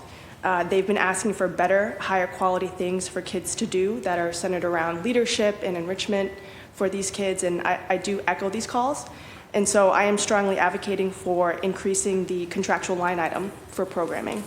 And again, we've had multiple conversations about this, Commissioner, about how we might be able to do this successfully with limited staff capacity, and what it will come down to is an increase in the contractual line item. And I'm seeing here that based on the RFI, there was some accounting magic that needed to happen, where you're shifting 20% of the contracted services line item. That's close to $500,000, and so it makes it difficult to understand exactly whether the increase, or whether it has increased or decreased. And so I'm wondering how much is actually there in contracted services, if it's increased or decreased, and how much of that will go to the Nazaro Center so we can partner with organizations like Girls Leap and other vendors for this type of service. Mm-hmm. I'll have to get back to you in terms of like what the total amount is. But as far as what we have for contracted services, I mentioned this to when Councilor Fernandez asked the question about contracted services, that although we're using that for programming purposes, right, to augment and support programs, we also have other lines that support things like the supplies for those programs, so that there's more available to us. And at this time, we look at our programming and contracting support services equitably, so we do not have a formula where X amount is allocated to the Nazaro, for instance. We look at what the needs are, we look at what we want to see at that location as well as all of our sites to ensure that there is access to services. Thank you for that answer, and I will just echo again the calls of the families where there is a need. At the Nazaro Center, there's been open gym, there's been very passive programming, but I do think that the North End deserves these sort of programming, or this sort of programming, so thank you so much. And we'll continue to work with you and the parents to ensure that we understand those needs. We've done, as you know, over the past year and a half, a couple of surveys to try to better understand those needs. We've augmented the programming provided by hiring vendors and providing activities for the youth, teens, as well as seniors in that area. So we will continue to work with them to better understand what the desire is that's not being met and the needs that are not being met. Thank you, and thank you for reviving that survey recently. I appreciate that. Marabella pool sign up. There's also been challenges in terms of accessibility for folks who want to sign up to this iconic pool in the North End. There is a lot of demand for folks to go there. So wondering if any work has been done around that, or if it's going to be the same sort of sign up this year. I believe it's going to change, but I'll turn to Eddie for that. Yep. We don't plan to have designated time sign-ups during the week. It's during the weekend periods where we would again institute particular time frames just to ensure that we don't go over capacity, but also that as many people as possible can participate and swim in the pool. Someone mentioned previously that it was like only 45 minutes. That was not the case. It was an hour and a half. When those time slots were there, the 45-minute time slots were in the very early morning for lap swimmers, so we could try to get as many of them. They're a vocal group and they like to swim, so they send that to us. We try to get as many of them in, but we've heard the concerns related to those time slots, and the real implementation of those were just to ensure that, one, because on more than one occasion we had gone over capacity at that site, would potentially could lose our license, and the second was to try to get as many people in. We feel that we'll be able to do that adequately during the week, but during weekend demands, there will be a need for some of those time slots to be implemented. Yeah, and I understand it is a culture shift for some folks that live in the North End because they've been going to this pool for over 30 years. And so I understand that there have been folks that have pushed back, but in terms of equity, making sure that it's accessible to everybody, it's something that I support. So thank you all so much for your work on that. Thank you, Counselor. I understand that these two questions are more for facilities, but you know what's coming when it comes to Charlestown. Wondering about the Clarity Pool and then the Charlestown Community Center timeline for when at least the Charlestown Community Center, when that should be expected to go into the design phase and move away from the community engagement phase. We don't have a time frame at this time for the community center design process. And the Clarity, we are still on track for PFD to open in summer 2024. Looking like July? Or Yeah, it's we'll just say summer. Yeah, early July is the estimated timeline right now. We actually just went through the logistics of how the site would operate with facilities, so as where the temporary trailers would be located, the entrance and exit locations, as well as kind of coordinating to get the pool filled. We're excited, when we're building our recruitment with respect to lifeguards to make sure that we have adequate amount of lifeguards as well. Another alternative that we're looking at is the BPS high school pool will be an alternative location during weather events. So if it's raining or if it's not conducive for us to use that, we can transition staff down to that location to still have an aquatics presence. So everything being reported to us seems like we're on that timeline. We picked all the different materials and fixtures and things of that kind that will be in the pool house for next year's opening as well. So it's a combination of preparing for this year and achieving things necessary for us to operate the entire facility starting next year. Thank you. And I thought you were going to say the BPS pool would be an alternative if this were not to open, but that is not what you said. No, it's so I'm not. very grateful. Actually, Carrie Griffin said July 1st would be the date for the opening. So really excited for that. And thank you so much for your partnership. And thank you to Niall Murphy for his leadership, if he's still the project manager on that particular project. I want to switch to accessibility in East Boston. Folks had talked about the registration system. I forget what it's called, but it's Perfect Mind. Perfect Mind is not a perfect system. It is inaccessible to a lot of people who don't speak English as their first language. I'm wondering if there has been a move to try to improve the system so that folks can sign up and get access to these facilities, in particular the Paris Street Gym. Yeah, so the Perfect Mind system, when we put out the RFP and that particular program or system won the bid, we felt confident that it would work and still feel that there are things on our end we can improve. Mm-hmm. It is a system that's used nationally, actually internationally, even in Canada.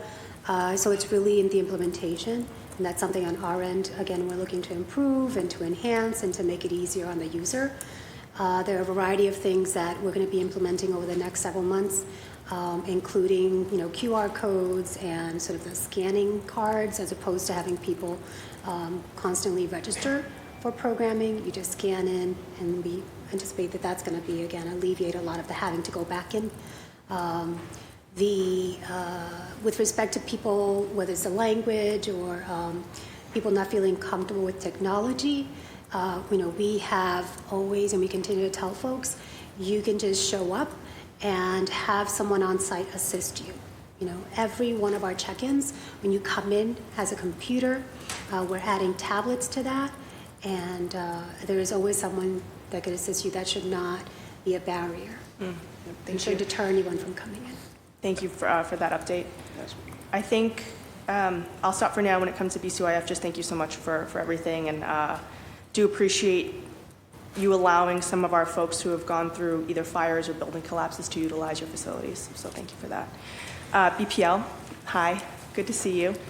I'll start with the North End Library and thank all of the staff members who have been so warm and welcoming there.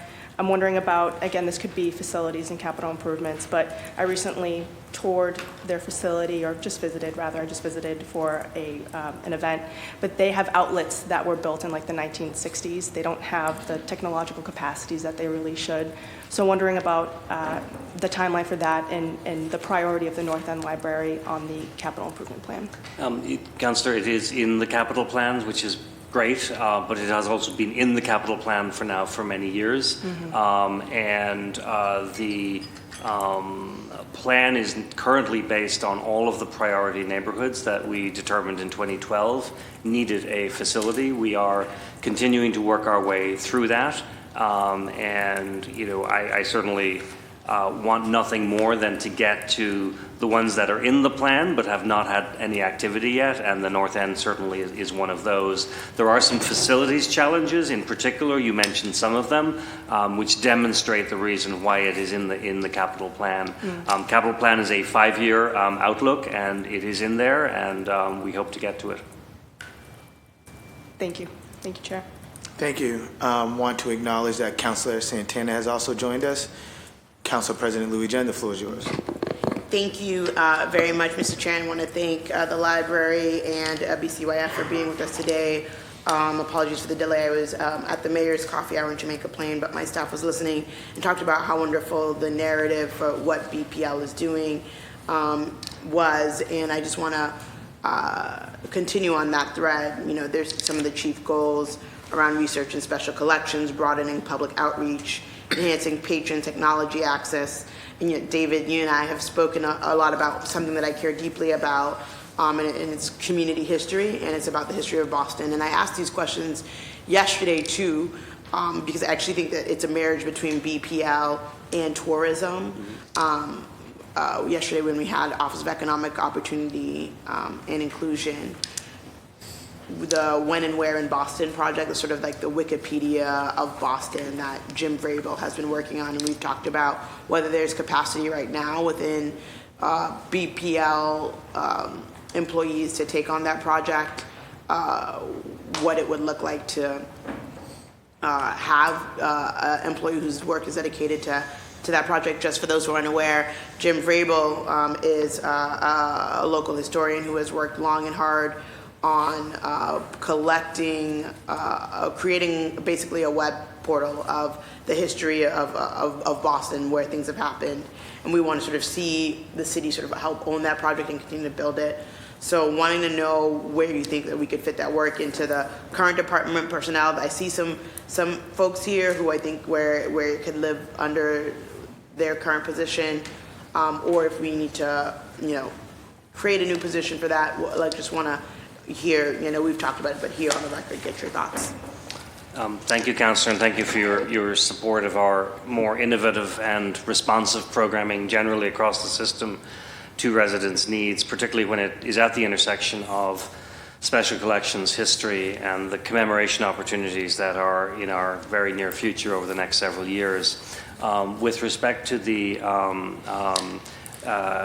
spreadsheet database portal that you have referenced, we have been in conversation with Jim Vrabel and his development colleagues, and we certainly appreciate the depth of his work and the pilot that he has built. There is synergy with some of our existing work. We do not currently have a plan or capacity to take that on. We do know that he's also working with, I think, Boston by Foot on an interim step that would give it a little bit of oversight and ownership. Happy to continue the conversations, but this time we do not have capacity or a plan to take it on. And so is that something, there are a number of FTEs and positions that are still unfilled, that given that there are 521 FTEs in department personnel and 63 in external funds personnel. And I believe there's still positions that are yet to be filled. Within that, is there ability within some of those positions that are not yet filled? The approximately 45 active vacancies on our budget are positions that we need to maintain and service existing responsibilities. So I actually don't see that bringing additional capacity. I see that as correcting deficiencies that we have in our ability to service our current responsibilities. Okay. I think I started my first job. I was a walking tour guide of Boston's neighborhoods, and I'm on the commemoration commission. I was a 14-year-old telling stories about the wigwam, the hi-hat, Wally's, telling history about the legacy of the Harriet Tubman House, Southwest Quarter Park, all of that. And what I think that's really important is that we have ownership of community history here by the city of Boston. And I'd just love to hear from you, where do you think that should live? Like, who should really own that work? Well, I think, and I'll defer to Michael to talk a little bit about, which we started earlier in response to another councillor's questions around community history, but we do have this intersection of community history, special collections, research collections, and digitization.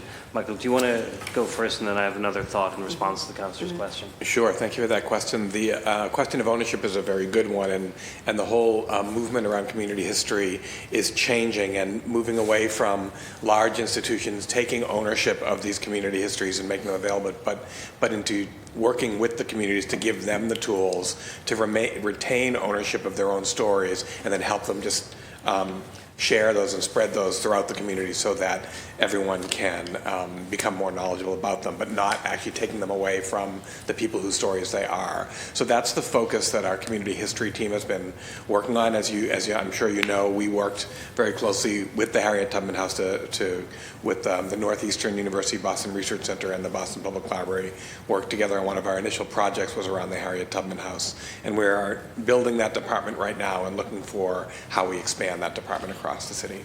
Can you talk about who is a community history team like at BPL? Sure. The manager in charge of community history is Dory Klein. She was our initial first community history librarian 4 or 5 years ago when we first hired that. She has really shaped the program beautifully, and she is leading that. We just recently brought on a programs and outreach librarian in our community history department. Her name is Aaliyah Stokes. She's been with the library for a few years. She most recently was at the Codman Square branch. We have another person starting in 2 weeks that will be the liaison between our work at the BPL and at the Boston Research Center at Northeastern, because we do a lot of joint projects there. And then we have another position about to be posted for a library assistant to really support the administrative side of that department. Okay, thank you. And I guess I'm gonna just continue harping on this, because I think I agree that community history should live with community, but I also do believe that there is a role, and I believe you do too. There are 3, if not 4. You're looking for this to be a 4-member team, and I think this project needs a technical capacity to be able to really take off and do what it's able. Is that something that the BPL could do? Is provide that technical capacity either with one of the 4 members of this team or in one of the other department personnel positions? I mean, I think that the 3 challenges with that specific project, where it really needs software development to bring it to a stable platform, and that's a particular skill set. It also needs how do you complete a project like that in a way that makes space for inclusive storytelling and lifting up voices that are sometimes excluded from traditional ways of telling history. And I think the third is taking a lens on how it fits in this community history approach. So while I think we have some expertise and capacity in adjacent areas, to take ownership of this project is something I think requires ongoing conversation. Okay, thank you. And then lastly, does the BPL give out grants? So we have partner programs where we do provide funding to a partner, but that's always to do something library service related. So I'm not sure if that's responsive to your specific question. I think there could be, I'm just thinking out loud, because if we're trying to really, if we want the history community to have and maintain ownership of history, right? Like I did when I was a 14-year-old in my town. We see with all the office of LGBTQ plus advancement, Office of Black Male Advancement, these offices that are trying to not supplant the work of community, but work in tandem and in partnership. How do you help build organizations, help build the technical capacity, and sometimes grant making, right? The Office of Returning Citizens was really proud to work with that office. For the first time, they gave out $1 million of grants to nonprofits that have never received it from the city before. Yeah, so not in that context. We would have to go consult with our legal and procurement specialists to understand how we would do that and under what conditions it would make sense for us to be able to do that. Okay, so just putting that idea out there, especially as a good way to be partnering with community.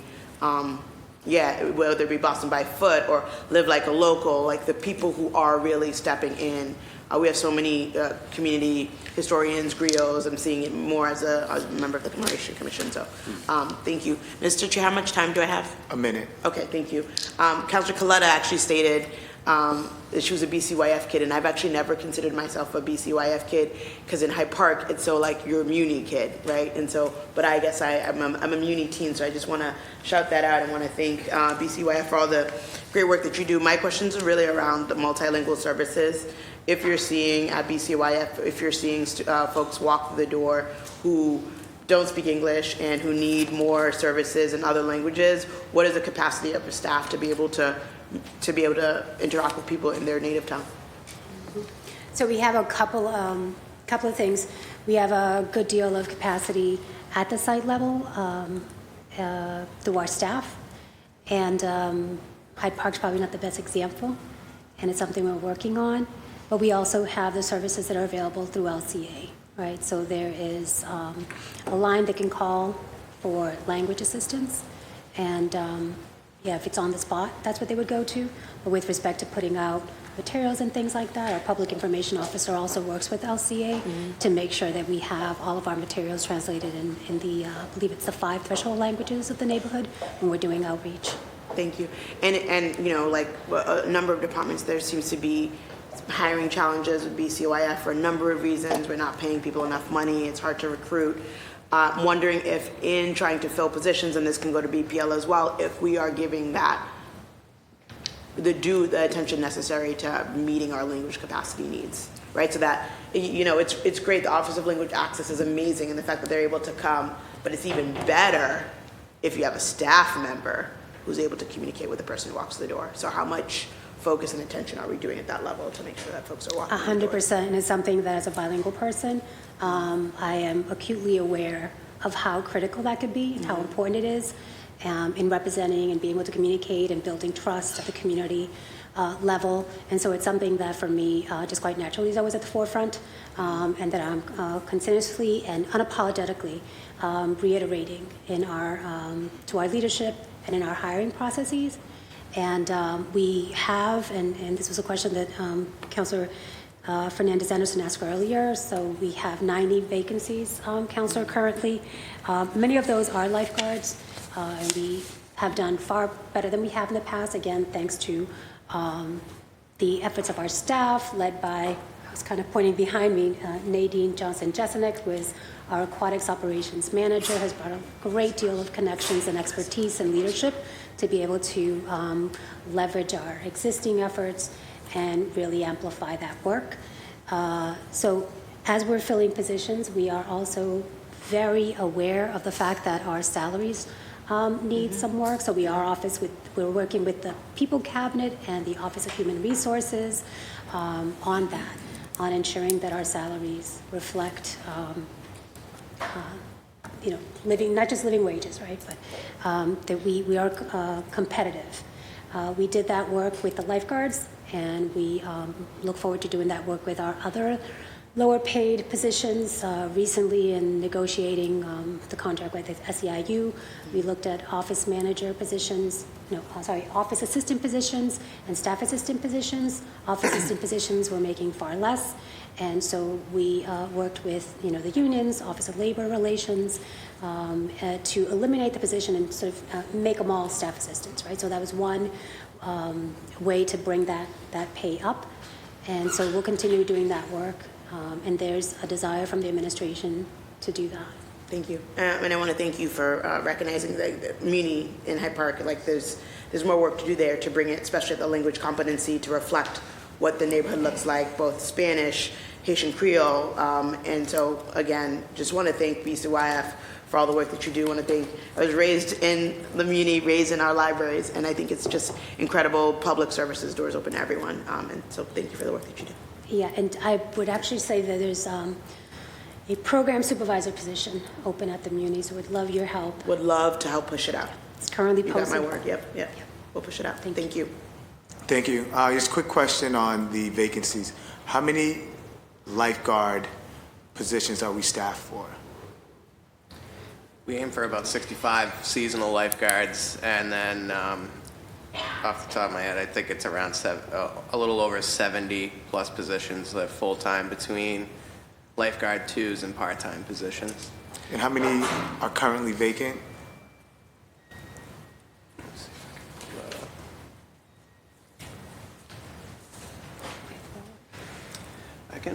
We have a spreadsheet that I don't have on me at the moment, but I could share that information with you after the hearing, but we're still plugging away. Yes, let me try to get that accurate number. I've got it in front of me. So we have, it looks like 20, the numbers are tiny, 28 full-time lifeguard positions that are vacant and 16 part-time positions that are vacant. And our seasonal hires, we don't have an update, but we've made significant progress in that area. But there's 60 positions we're looking to fill for the seasonal. Those are just the summer ones. All right. Thank you for that. Councilor Santana, the floor is yours. Morning. Thank you, Mr. Chair, and thank you so much, President Leonard and Commissioner Rivera and your team for being here. This is a hearing that's very important to me. I'm a BCYF kid, Councilor Lujan, and literally our Boston Public Libraries and our BCYF centers save lives. So, thank you so much for all the work that you and your teams do day in and day out, and often thankless work. So thank you so much.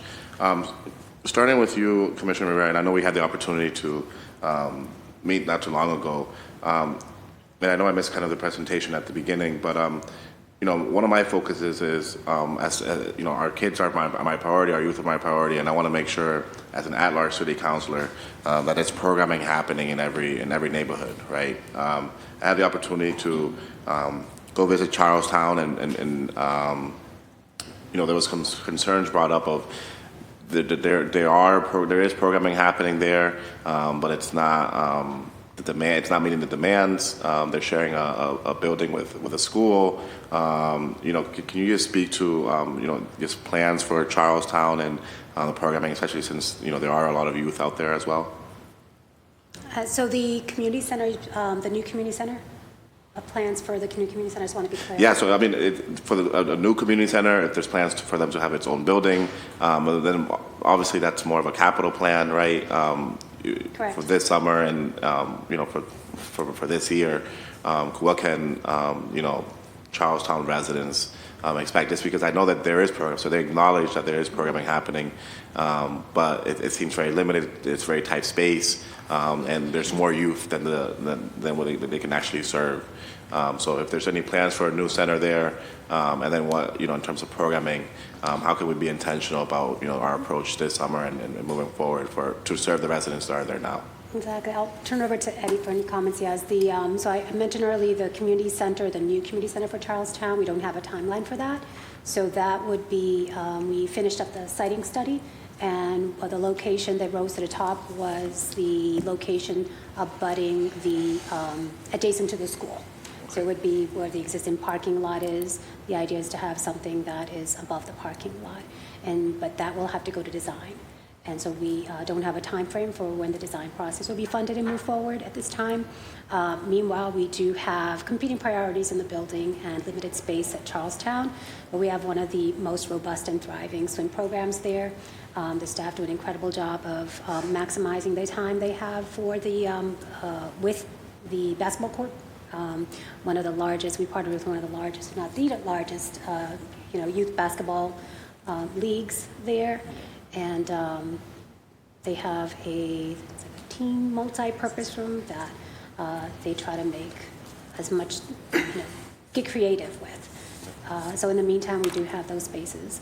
And I don't know if Eddie has anything else to add. Yeah, and our new center director is, meeting with the community pretty regularly right now. He does plan to have some robust summer programming, municipal exempt camps, expanding swim programs, as well as ideally having 2 operational pools in that area. And we continue to try to partner with existing organizations in those areas to ensure that they also have opportunities in the space. But like you highlighted, the space is limited, and there are a variety of priorities, not only with BPS and ourselves. We have to work together to try to gain access to that, and ideally, we're going to continue to work to maximize the amount of time we do have in those limited spaces. And James is going on listening sessions right now. I don't know if it's tomorrow or today. I can't remember off the top of my head, but meeting at Starbucks with different residents to see what they would like, especially moving into the fall, to see if we can bring in new vendors and others like that. So it's something we've heard loud and clear, and we're working toward. Great. No, thank you so much. Sorry, Council, the only thing I would add, so specific to the summer, our summer guide is out, so that's online. And that's something that we hadn't done the summer guide physically in a couple of years, but we brought that back. So that's going to be made available. But right now it's online, and by the time that we went to print, if you see the document online, I'll encourage everyone to look at it. It's pretty expansive, the array and the amount of activities that are going to be happening across BCYF sites, and we're going to continue to add to that. Great, thank you so much. I'm looking forward to seeing that, and definitely will make sure to amplify that as well. Commissioner, just in terms of, I know, again, you're serving youth, and youth is defined by so much, right? You're serving our youngest, but also our teens, our young, professionals. Can you speak to me about the work in terms of our early child care, very young, babies and kids, in terms of as overall, just like the work that BCYF Centers is doing and where we want to get to? Exactly. So there are some centers that have preschool. Our sweet spot is not the preschool age. Over the decades, BCYF has had several iterations. At one point in time, we had a number of preschool programs and child care programs under our department, and we have since moved more towards the school age programming, as this is, sort of our sweet spot. And the sites that are operating the preschool age programs are third-party vendors that we work with or other entities. And again, working with the Office of Early Child Care, we're always happy to partner and figure out where are the areas of need and offer space if it's available. The senior programming is where we've seen our largest growth. And so in my presentation, I shared how we've added programming to meet that demand. And we're pretty proud of the progress we've made there across all the sites, not just a few or a handful of centers. We have 2 senior centers, as you know, but we're talking about the programming and enhancement and additional programming across all of our sites. Absolutely. No, very, very happy to see, especially that senior programming attendance really increase. My last question for you, Commissioner, and obviously, can you speak to your public safety approach to our BCYF centers? I know that, a lot of our centers are serving our most vulnerable communities, and our targeted population is to our most vulnerable community. And how can we ensure and secure and ensure our residents that our BCYF centers are a safe space for everyone, for our seniors, for our most vulnerable, for our youngest, for our teenagers, for our families. Can you speak to that a little bit? So we have intentionally stayed away from things like metal detectors. BCYF are safe havens because of the ownership of the community and the youth and the staff relationships. That's our strength. We also, so that's the first thing I'll say, that it's really the culture that has made it, make these spaces what they are.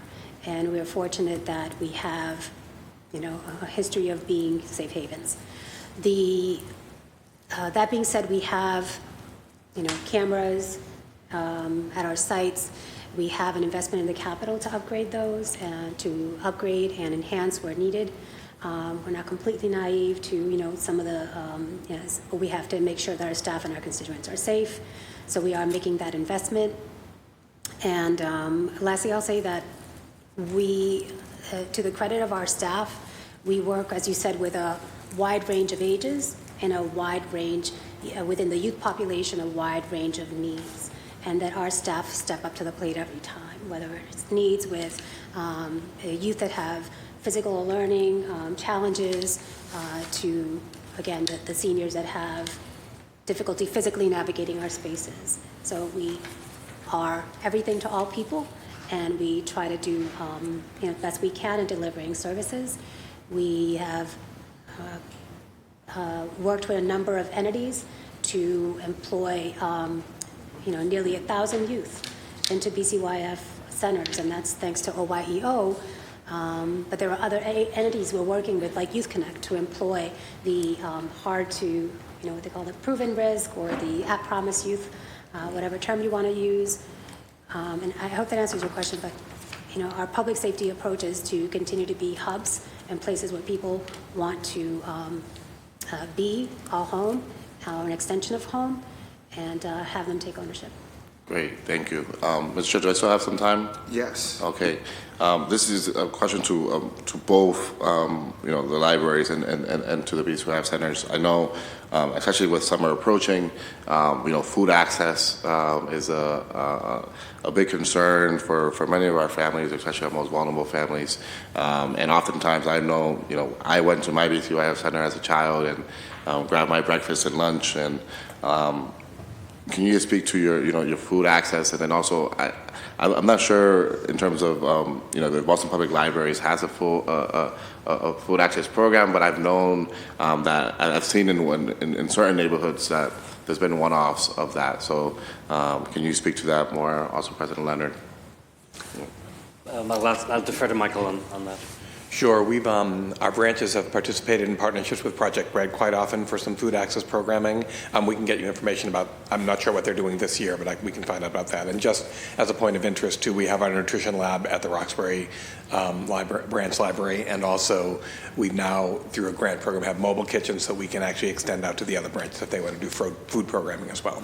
Great, thank you.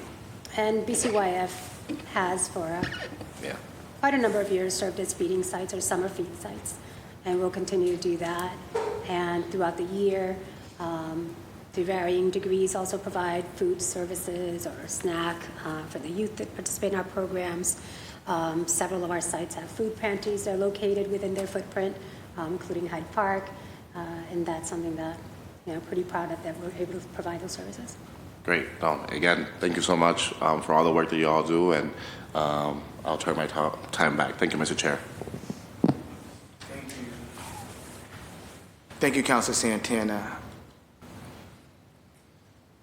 Just start my time. All right. I know summer camps fill up in a minute or two when they open. When we see demand like that, do we ever consider expanding capacity to meet the community needs? Yes, we have on more than one occasion, but also there are particular regulations in place with respect to the necessary staffing ratios for those programs. And the space. And the square footage of the space. So if most of our most senior programs try to maximize as much as possible. But we have seen continued demand for those programming. Awesome. And is that reflective in the budget? Like if we see the demand, do we try to increase, like year over year, do we try to increase those positions to meet the demand? So the positions are one facet of it. So yes, we try to ensure that if a facility is, operating depending on what days of the weeks and the exact programs that we have, we either send an additional employee over there or not. But overall, as we said, like facilities do play a role in it, Right. and so we're unable to really change the footprint of our facilities on a regular basis. Right. So. Yeah, but when it's not a facility issue.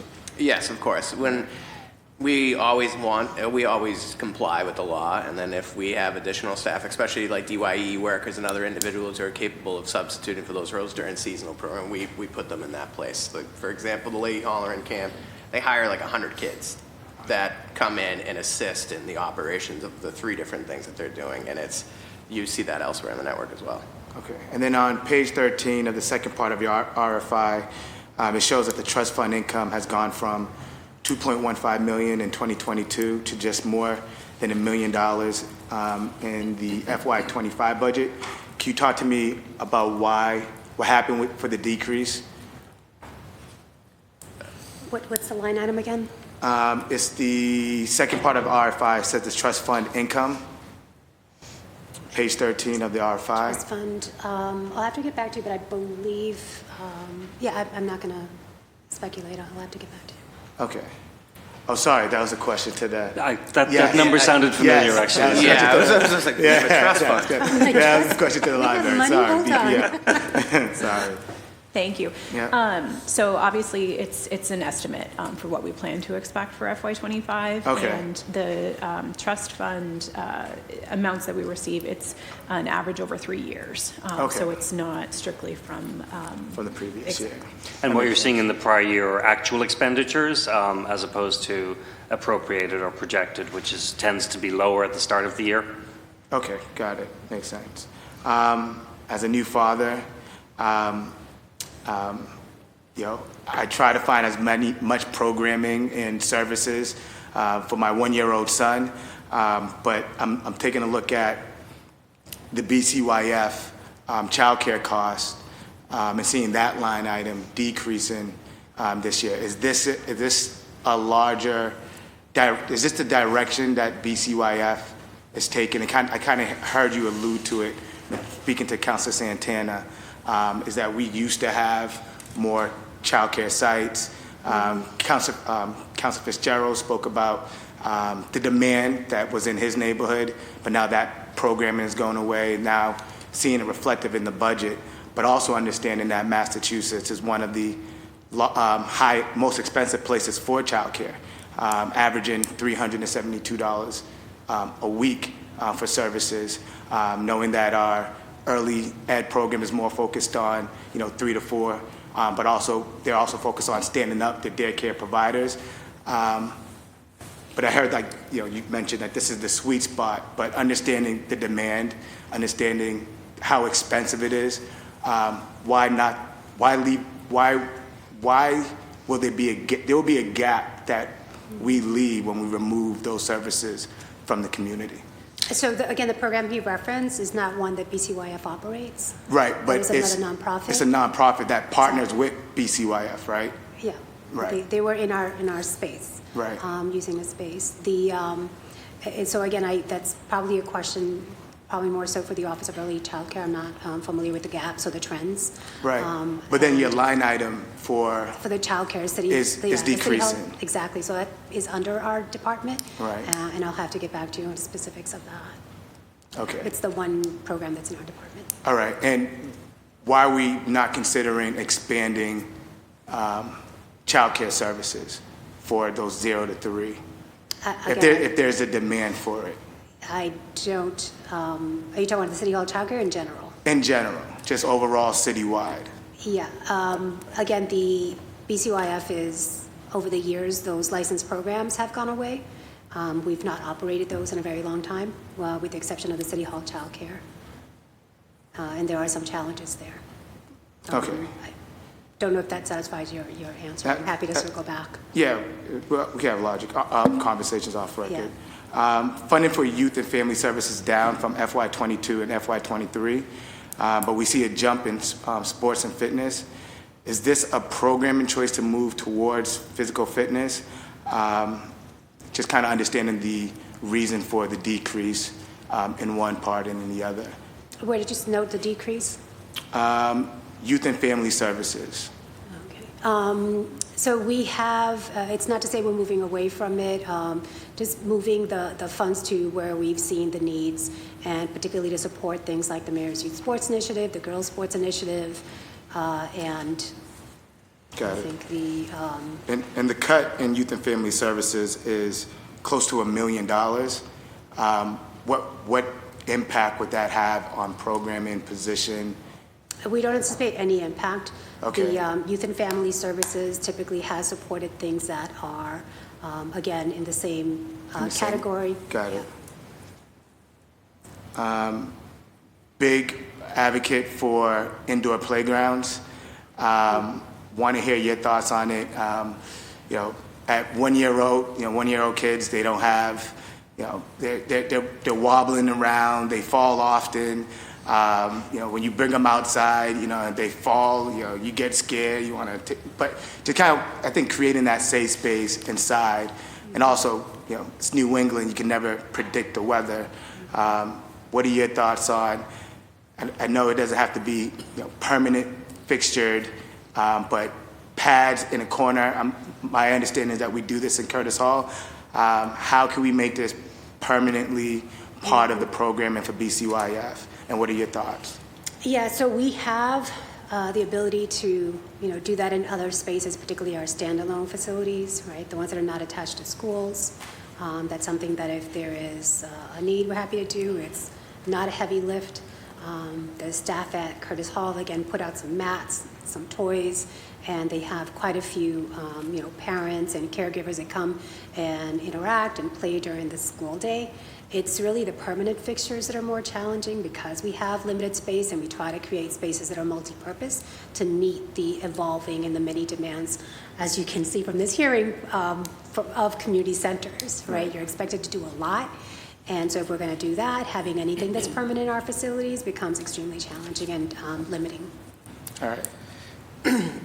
Yeah, we're seeing the demand for that very much so. The Curley Community Center does actually have a space like that that is heavily utilized on a day-to-day basis. I also have a 1.5-year-old, and she's down there quite regularly using those spaces, and we've made more space available in that facility for them to come down. But it's another part of it is, the regulations. When it comes down to how those areas are supposed to operate, we do not have the ability to, you can't just drop your child off there. They always Right. have to be in the custody of, of yourself or a guardian of some kind in order to utilize it. But definitely during, obviously during the poor weather months, we're seeing that increase. So it's something not only trying to configure our sites to do that, but also to ensure the parameters are correct for us to have a safe and fun environment. Yeah, and my understanding is that it happens during the week. I would love to see it on the weekend when we know a lot more of our caregivers are home to take their young one to these sites. Absolutely. Last question, because my time is running short. We're going to be talking about new schools. What is BCYF's position on having the BCYF Center in the new school model? Is that something that you guys are advocating for, or too early to discuss? I prefer standalone. You prefer standalone, Commissioner? I mean, BCYF has been, in BPS facilities for so long. I think we're a natural partner, and, I think we're always going to be at the table in terms of that hub school model. If we're talking about new builds and starting from scratch, then yeah, the ideal for a community center is a standalone, or at least a site that's co-located but has separate facilities in order to be able to operate, as I say, sun up to sundown, and have, serving adults with different needs during the day as well as seniors, and then moving into out-of-school time, being able to provide services to the school-age kids and teens. Got it. And are those conversations happening with, BPS in terms of collaboration within their new school sites?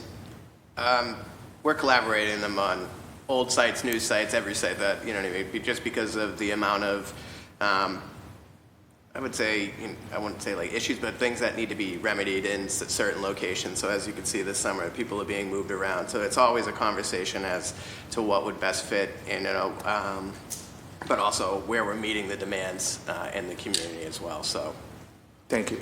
Now we'll turn it over to public testimony. When your name is called, please come down to one of the two podiums and state your name, neighborhood, and/or organization affiliation. Please speak into the microphone, and please keep your comments to 2 minutes. Starting off with Tim.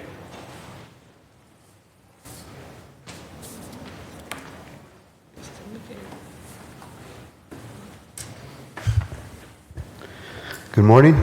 Good morning. My name is Tim Horn. I'm the president of Fenway Civic Association. I've lived in Fenway for 37 years, and I've served on various public committees since 1998 and numerous IAGs and CACs in the Fenway. I'm here today to ask for your support for the continued experimentation or looking into the possibility of creating a library annex in the Fenway. We have worked, and the Fenway is one of these communities that has no public facilities. There is no community center that's funded by the city. There are no schools that are funded by the city. There's only the Arts Academy. There's nothing for our kids. There's no elementary school. We've worked really hard to try to create these very needed benefits in the Fenway in using private development money to create a community center, and we funded it also through private development monies that have come from mitigation funds from different projects. And in this case, at 1400 Boylston Street, we have the great opportunity to create a public space that could be used by civic groups and also create programming that would enhance the property itself that is on the Emerald Necklace. It's a great opportunity to create programming that incorporates the natural world into the library's learning process. It's kind of a match made in heaven. I'm really here to ask for you guys to continue to fund this program and to see if it will actually could be possible to happen. It would be so meaningful to the Fenway itself and the increased population that we have, to have a actual city-funded library and civic space. It's desperately needed. This site is perfectly situated for it, and really, I think it's like our last chance. I don't know that there are really going to be another great spot that will be standalone just for a library to be there. Everything else would be incorporated into a building or another project. I really think this is a time for us to act, and I just please take it in consideration, and I just strongly support this library concept. And I was on this IAJ too, as just to let you know. Thank you very much. I'm over my time. I appreciate it. Thank you, Marlene.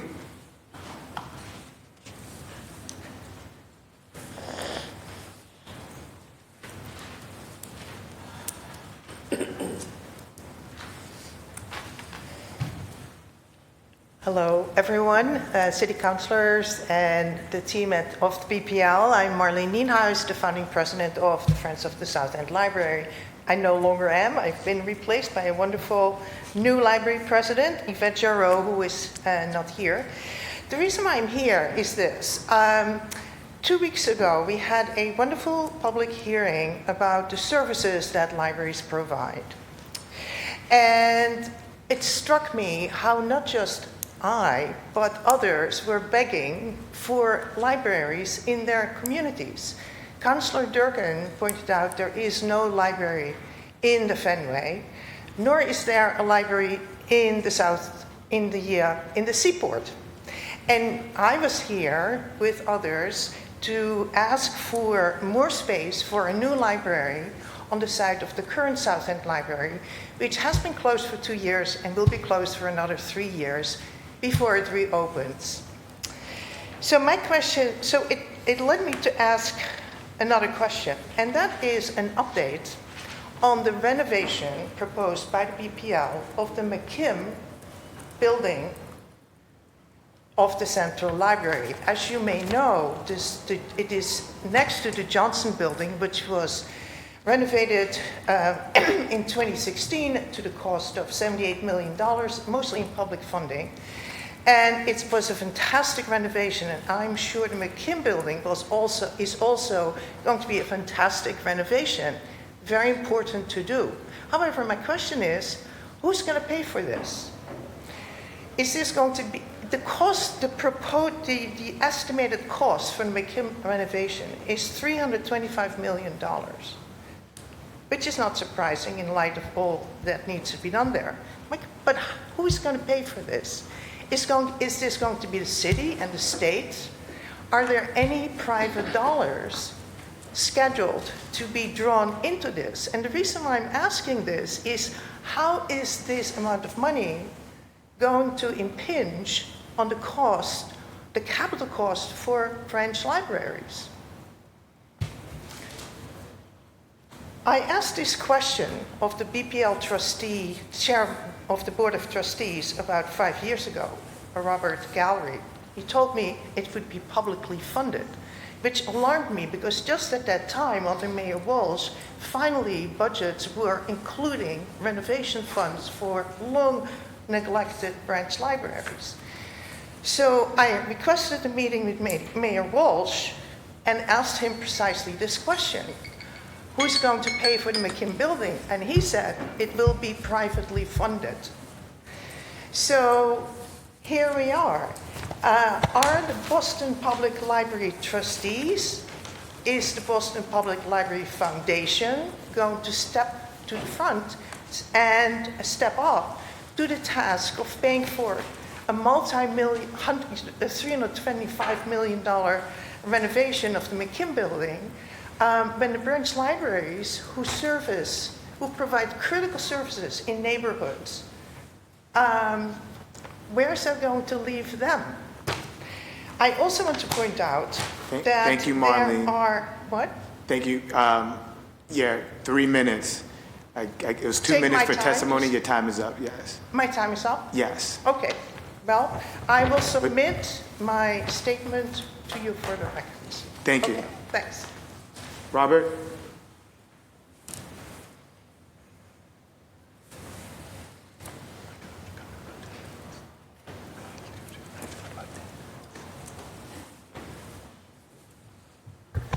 Good afternoon, City Good Council afternoon. members, Chair Worrell, Vice Chair Pepin, all the other city councilors, they know me. My name is Robert Jenkins. I've been a 56-year resident of Mattapan. Mattapan Library has been my home, and I'm there all the time. David knows me. I've called him a number of times. Great staff there. I know you guys are under a lot of constraints because Mattapan has the most kids in the city of Boston. And the library reflects it. I know you're short of staff, but Maurice Gordon and his team do a very good job there. I'm also a member of the Friends of the Mattapan Library. Now, also, I'm keeping everything in Mattapan to a degree. Marta, I saw you a few weeks ago at the Matter Hunt, the reopening. But the swimming pools, I know you all are working very hard. I know Nadine's, she's doing a lot of recruitment. I know you have a Saturday class at the Flaherty. I'm a former lifeguard, Madison Park graduate, class of 1978. Madison Park, you guys pulled out a few years ago. I don't know if it was under your tutelage, but that is the city's biggest pool. And it's got a lot of renovation. But when Madison Park leaves BPS, they don't have the manpower. That building's been shut down for 5 years. That means no swimming, no nothing for the community, because BPS can't man that building after hours. We have to look at community partnerships. We've put $1 million.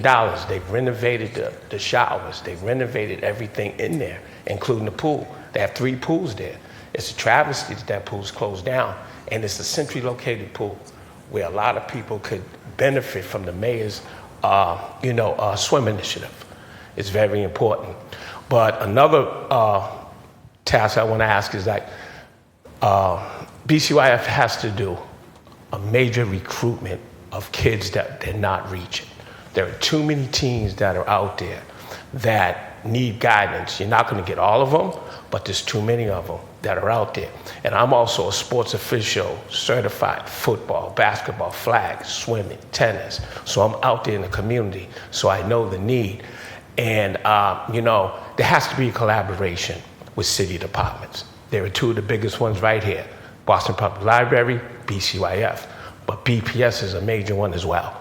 47,000 kids. We all service the same amount of kids. There has to be a better collaboration of a meeting with all city agencies, community-based organizations to come get them. So my time is up. Thank you very much. Thank you. I just want to thank everyone who came to give public testimony. Now I'll turn it back over to my council colleagues in order of arrival. Oh, one more? Okay, sorry. No, name is not on the list. John. Thank you, Chairman.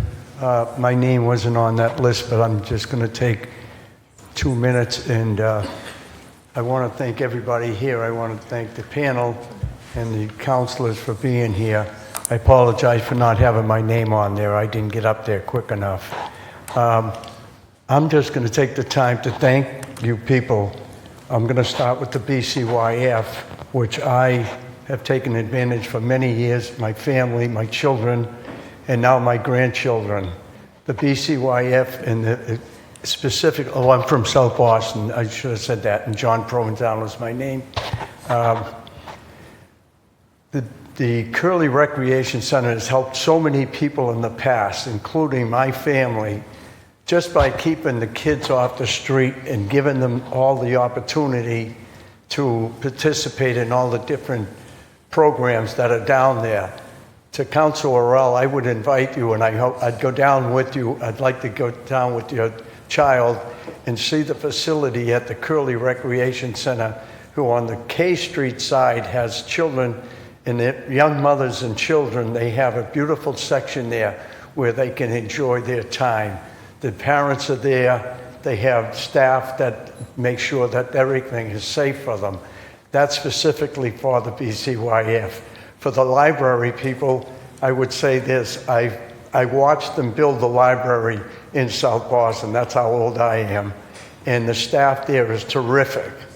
They've helped my children and now my grandchildren, my great-grandchildren. They go up there, and all I would say to that was I'd love to see a new library built there.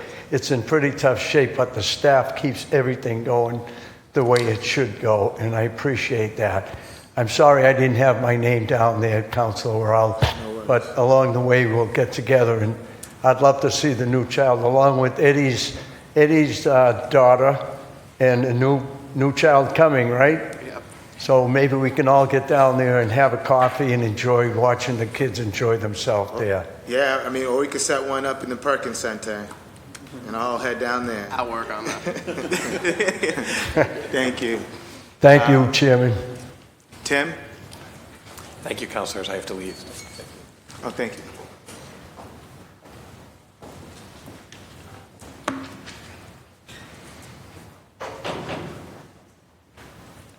Thank you, and good afternoon. There's no frigate like a book to take us lands away, nor any courses like a page of prancing poetry. Emily Dickinson. My name is Timothy Ney. I'm co-founder of the Fenway Parents Group, long-term member of the Fenway Garden Society, and I've served on a few IAGs for BU Wheelock, Longwood Place, currently the Fenway Citizens Advisory Committee, and I'm the steering committee for the Berkeley Neighborhood Improvement Committee. I too want to add my heartfelt thanks to the staff here today from probably two of the better loved departments in the city. And also I want to thank the fathers for mentioning your own experiences, because I know in bringing up my own young child, the children's room at the Central Library became a very important destination, often very, very full. And I think that's one of the reasons that I really want to speak also in favor of this proposed branch library in the Fenway. We have had 11,049,000 square feet of new development in the neighborhood. Thousands of new residents, thousands of new apartments. As Tim Horn said, we don't have an elementary school. We have very limited childcare, and we certainly don't have a branch library. So there is, fortunately, through a lot of the discussion, the $12 million, which has been promised by Samuels, the developer of 1400 Boylston Street. We did give up housing on that site. That site was zoned for 60% housing. So I think we not only need, but we deserve a library. 5,000 square feet, I know some of us on the IAG did speak that maybe there should be a second floor. I heard third floors being proposed for other buildings in the city. $12 million, if it's $31 million for the new Fields Corner library, or what was it, $14 million for the renovation of the Faneuil branch, certainly that's going to,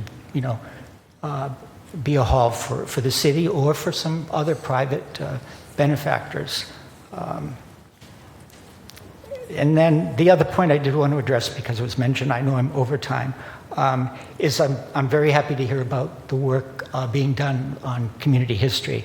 I've been working on an oral history of the Fenway and the Southwest Corridor project for several years. So I think, our project could also benefit from any new programming that's done.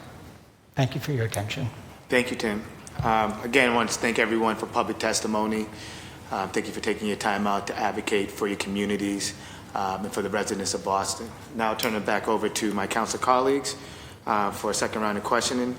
I'm assuming that everyone here wants to ask more questions, correct? Yes. All right, awesome.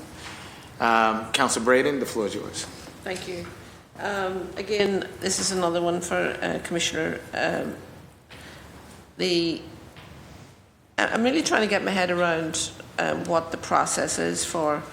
Who do you have to go? Are you autonomous in your decision making, or do you have to go to another department for clearance to hire staff? Like, do you have to go through the process of the position review committee? Do you have to go to get approval for contracts, procurement contracts, or how do you work in advancing a capital project? Like, I'm sitting here and I'm thinking about my colleagues who are all talking. It's wonderful that Councillor Pepin has 6 BCYF centres in his district, including 2 pools, and my colleague from East Boston District 1 has 8 facilities in her district, and we've got 1 that's been closed and relocated to temporary accommodation. It's far from ideal. And I'm just thinking, we've been talking about this for years. Years before I ever became a city councillor, it was on the books that the Jackson Man School was in very bad shape. It was only built in the 1970s, 1976. It's fallen down, needs to be demolished. But this is not new news. And here we are with the second largest neighbourhood in the city, with the second largest population. We're hitting 80,000 at the moment, and we're going to hit 100,000 in the next few years. And we have 1 BCYF centre. It's an absolute disgrace. And it's not your fault, Commissioner, but I don't know, what do we have to do in Alston Brighton to get anybody to pay attention? There's this notion that our neighbourhood is just all about students, undergraduate students. They only take up a small portion of our population. You go to any community event, there's wall-to-wall kids. We are really failing our community. The Commonwealth Housing and Faneuil Gardens, the kids over there, there's hundreds of kids. They don't have youth workers, they don't have a teen centre, they don't have any support. They're getting into trouble. They got into trouble during COVID. We got money from the state. and we couldn't spend it. We really had a hard time getting support to get youth workers to work with those kids. I know it's difficult, it was COVID, but we have to get with the program here. Alston Brighton kids are just as valuable as any other kid in any other neighbourhood in the city. And we are sick and tired of this. Really, it's terrible. And it's not even funny anymore. 6 BCYF centres in District 5 with 2 pools. We don't have any pools. 8 in District 1. And there's a new one proposed in Charlestown. So that's another one. Is that 9 BCYF community centres in District 1? Like, this is just totally unacceptable. And I don't know what our community has to do. Like, I think we've all been very reasonable. I keep my temper most of the time. But I just don't know what we have to do to elevate this issue, to get attention, get some sort of priority and some sense of urgency. I think at this point in time, I'd be asking for a second BCYF centre in Alston Brighton to be programmed and get it going, because we have a growing population. And we're doing our damnedest to try and keep our families in the district, in Alston Brighton. But we're not sending them a message that we even give a damn about them. Our schools and our parks and our BCYF centres, we have a lot of work to do to try and really support our kids in our neighbourhood. And I'm at a loss. I just don't know what to say anymore.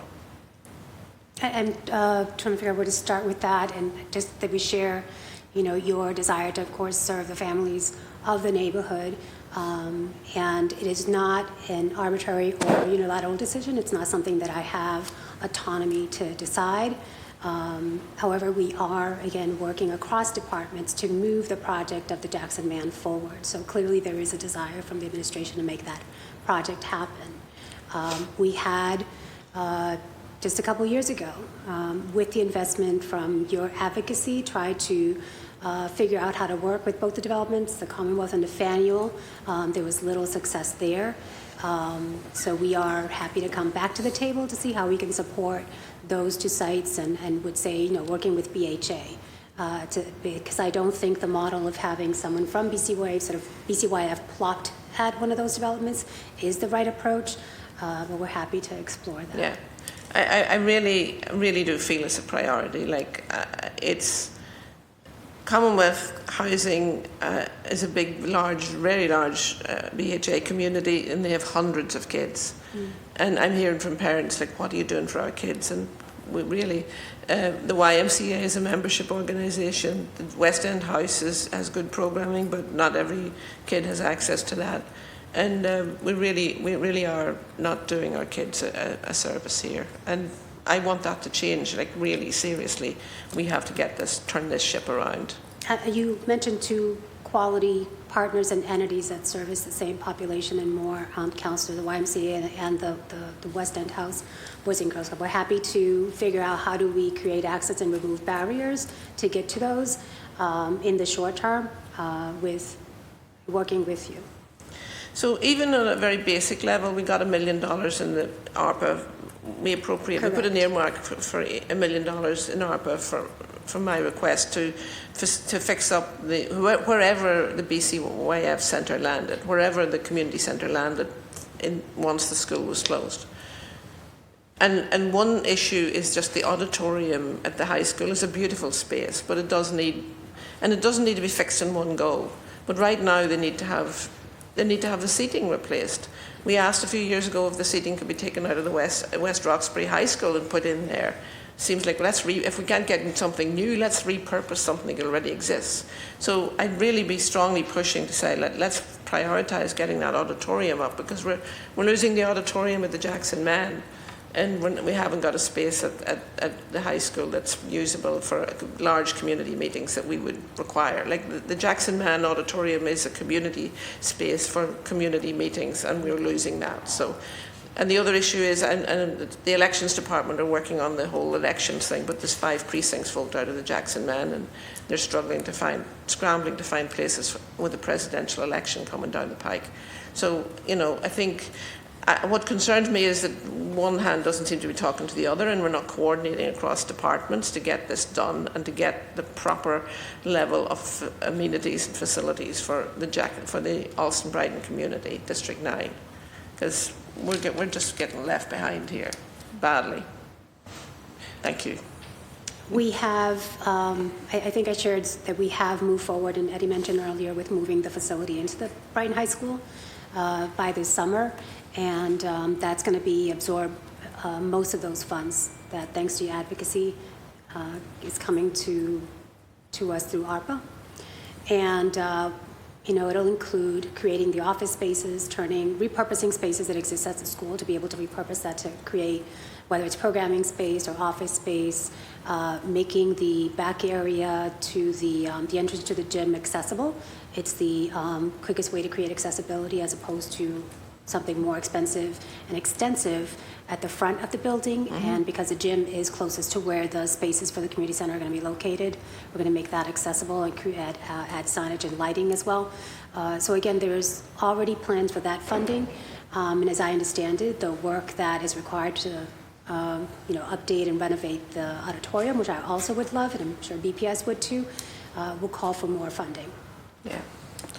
I'm really going to beat the bushes and see what we can do about getting some auditorium seating in there, get the auditorium be functional as a community space as well, because we're losing a lot in this process. We were behind the 8 ball to start with, and we're losing a lot. I would like to add, we did look at the seating with respect to the ARPA funds, and it was something that we were very interested in. But the cost of the retrofitting and the new access started to come into light. It made it obvious that the essential aspects of what our operation is will need to be prioritized, and unfortunately the seating wasn't able to be accommodated to such. Whatever funds, obviously we have related to it, it was an area that we planned to program, and so we would like to spend money there, but as the commissioner has highlighted, it is more expensive than what we have. So a community space, like a theatre space, a community space for meetings and gatherings is not part of your remit? No, it is, but the entrance into the facility, as well as the spaces that we would take over, need to be fitted out, as well as new furniture bought related to it. And the auditorium space is an area that we'd like to focus to, but the estimated cost of redoing the seats, I believe, is over $1 million. Over $1 million? Okay. Should have asked for $2 million last year then. Thank you. Thank you, Mr. Chair. Thank you, Councilor Braden. Councilor Fernandez-Anderson, the floor is yours. Thank you, Mr. Chair. I guess I wanted to go back to the question about diversifying BPL. Diversifying your staff.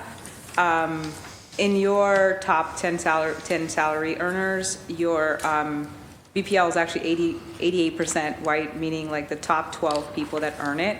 Only one Latina or Hispanic person or Asian is in your top 12 salary earners. Can you explain that, or what are we doing to fix that? I think today I think the two lenses to look at this are most senior people and then highest earners, right? So those are not always identical. So we do look at both. I do think to have 2 out of 8 or 2 out of 12, depending on which lens we're talking about, it's still 2. That is 1 more than it was 6-7 years ago, certainly when I took over. Well, it's taking a long time. Yes, it is taking a long time. And not one black person is your top earner. That's correct. Well, it's pretty sad. If we look at the progress in the next level down, which is the 30 individuals that hold a management position, I think you see a lot faster, better progress in terms of increasing racial diversity and increasing the number of black managers in particular. That has also occurred at the level of branch librarians. So I think this is a long-standing systemic issue to address. I do not disagree. We've had this conversation. I think we agree about that. As there are vacancies at the higher levels, We will continue to attempt to ensure that we have a stronger pool of applicants with more diverse backgrounds, so we will be able to still choose the best person for the job, but starting from a wider pool with more diverse members of that pool. Thank you. Could you submit to, through the chair, a record of your managers? I want to understand managers, supervisors, or whatever you call them, head librarians, and their demographics and their pay. That'd be great. Sure. Thank Happy you to so do much. that. I mean, I think it's not about like who's here today doing the work. Like you're obviously making the improvements, but this is historically systemic, like disenfranchisement, and how do you redress these harms is to be intentional in terms of like metrics so that we can monitor the progress and say like, here's the workforce development that we've implemented. Here are some programmatic things that we are going to execute so that we can ensure that we are readying or preparing people for upper mobility. Appreciate that. So once we get the records, for me, it's just so I can understand and then sort of like compare it to like, months down the line or whatever. And also if you can submit any programmatic like workforce development things that you're doing. I did see some in your presentation, more general stuff, but if I could, just the ones directly preparing people for urban mobility, that would be awesome. Thank you so much. With BCYF, it's not so bad. And it's just that, like your top pay people like is majority white, but then it's just that it doesn't represent the demographic, but BCYF is 65% BIPOC, so then it's like, well, how did we get there? You know what I mean? You have a majority institution sort of, right? Like that is majority BIPOC, like the city, which actually kind of represents the demographic nicely for Boston, 65%. BIPOC, but then your top earners are white. Can you expand on like where are we going in that direction? How are we looking at workforce development? Same question.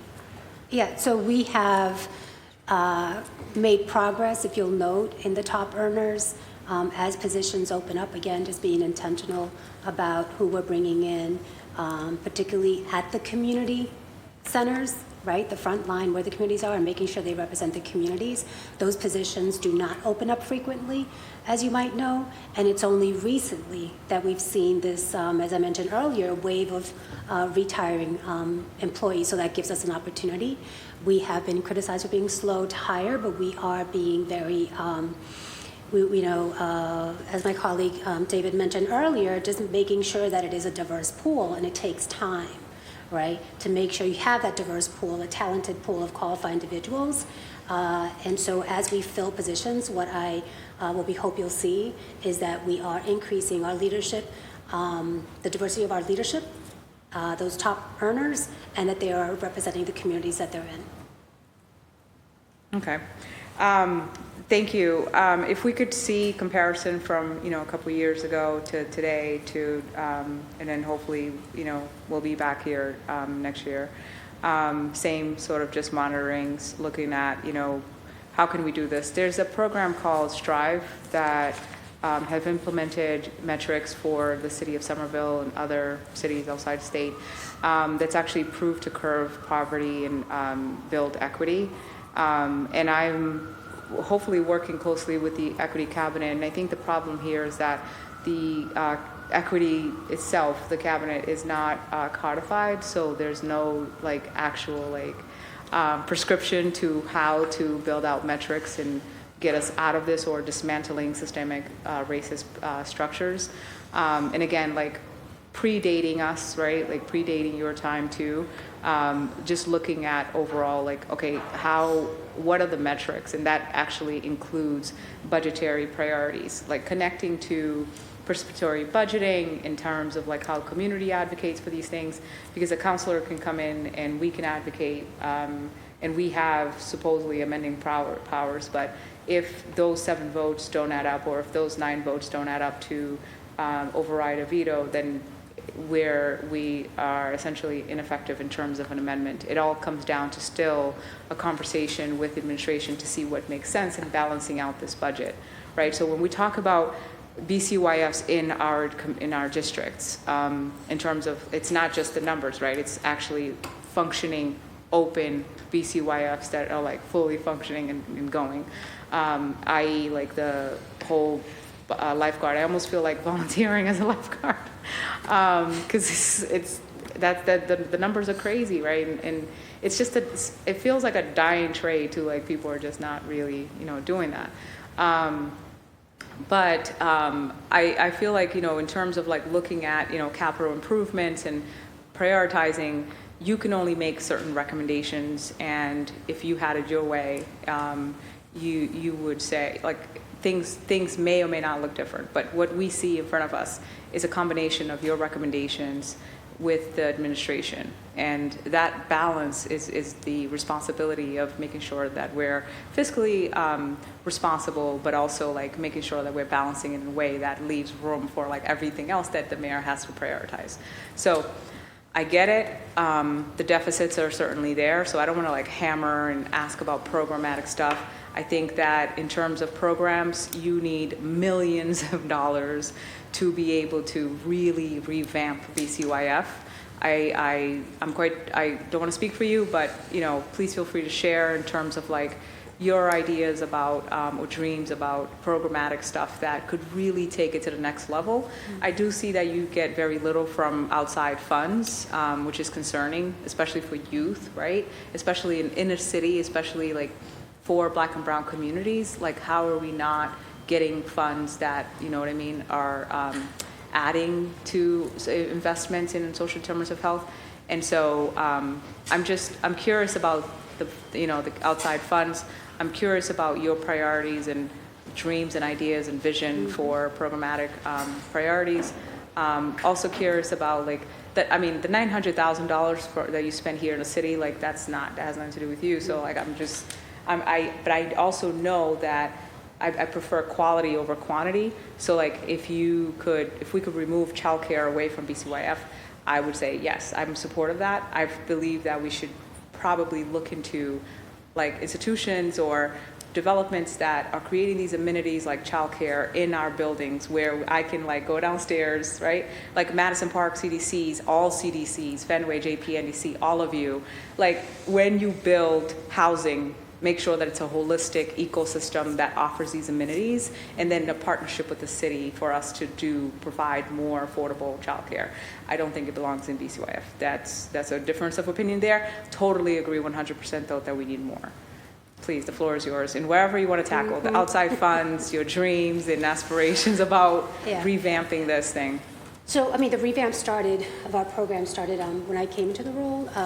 Youth development and program development is my background, and so I look at it from that lens. And so looking across all of our sites, what I saw was, mixed bag of quality programming or, programs without sort of identified outcomes, so it's just doing just to do, and then some excellent programming. So that whole combination of things, for me, the goal is to make it so it's all consistent, right? Consistent doesn't mean that every site has the same programs, because we also still want to make sure that we're meeting the unique needs of the community. And so you can still maintain that uniqueness while having, common outcomes we're working towards. For instance, when we look at our metrics, a lot of it is, head counting. I'd love to be able to come before you, and this is what we're working towards, and talk about long-term and short-term outcomes. So a year ago, we hired a director of capacity building and impact. And so her role has been developing this internal tool for how we look at what are we programming for, right? And who are we programming it for? How do we create consistency across our sites, particularly when it comes to youth and teen programming? And that for us was a beginning point, because we all serve, BCYF is known primarily for serving youth. So what is our goal? And we identified some, long-term outcomes around creating safe spaces for young people, right? Environments where they feel safe, connecting them to caring adults. And all of these we know from research and science, is what leads to positive outcomes. And the third one was making sure that they learn a skill, right? So we know what that means for young people when they have mastery of something, of their choosing. It could be riding a bike, it could be a computer, it could be whatever it is. So we are working on developing the citywide framework for our programs, and we piloted, one of the tools we'll be using is a youth survey, right? So through that survey from themselves, from the youth themselves, we'll hear how are we doing with respect to creating safe spaces for them? How are we doing with respect to ensuring that they feel connected to a positive adult? So that is the work that, again, started a couple of years ago to try to ensure that we have quality programming across all of our sites. We also have launched, as I mentioned, the Academy, which is about training our staff, because then we still have to make sure that our staff have the skills to do this work. So from training our staff, improving our spaces, and putting a framework in place, that's how we're working to ensure that. We have quality programming, and they were able to measure our progress and know whether we're doing well towards that. And then we also want to make sure that we're partnering, because we're not able to do all the work, that we're partnering with the right people. So I mentioned earlier, we have some partnerships that are historic, and I know that where there's history, you're always going to run into some issues if you talk about change. But we're working towards RFP process, or a process that's more open and transparent for identifying what are the services that we're trying to bring into our centers that we don't already provide or that we want to supplement, and open it up to invite others to be part of that, to deliver those services.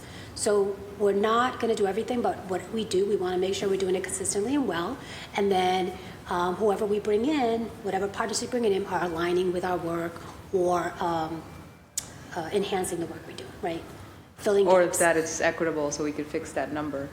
Thank you so much. May I have a comment, please? Thank you so much, Mr. Chair. When I think about this, like from an analytical standpoint, I think that I can appreciate, first of all, the mentoring, the safe space, as well as professional development for your staff. I think that overall, by the way, we share this in common. My concentration is also youth development, and I was a foster parent for a very long time. I did ABA, and I also in-home therapist. So what did Trick say? Trick loved the kids? No, okay. Not here. Fine. So it's one of those what about I believe the children are no. You're not. Where's your sense of humor today?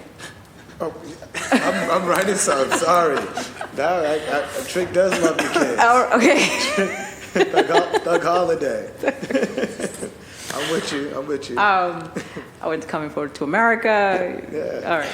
So I think that when I listen to you, I can hear the holistic aspect of it in terms of thinking about what is priority. You have such a huge job. What is priority, and how can this body be productive and supportive to you? And it means our power, one of our power is that is to be present, is to people will meet with us, right?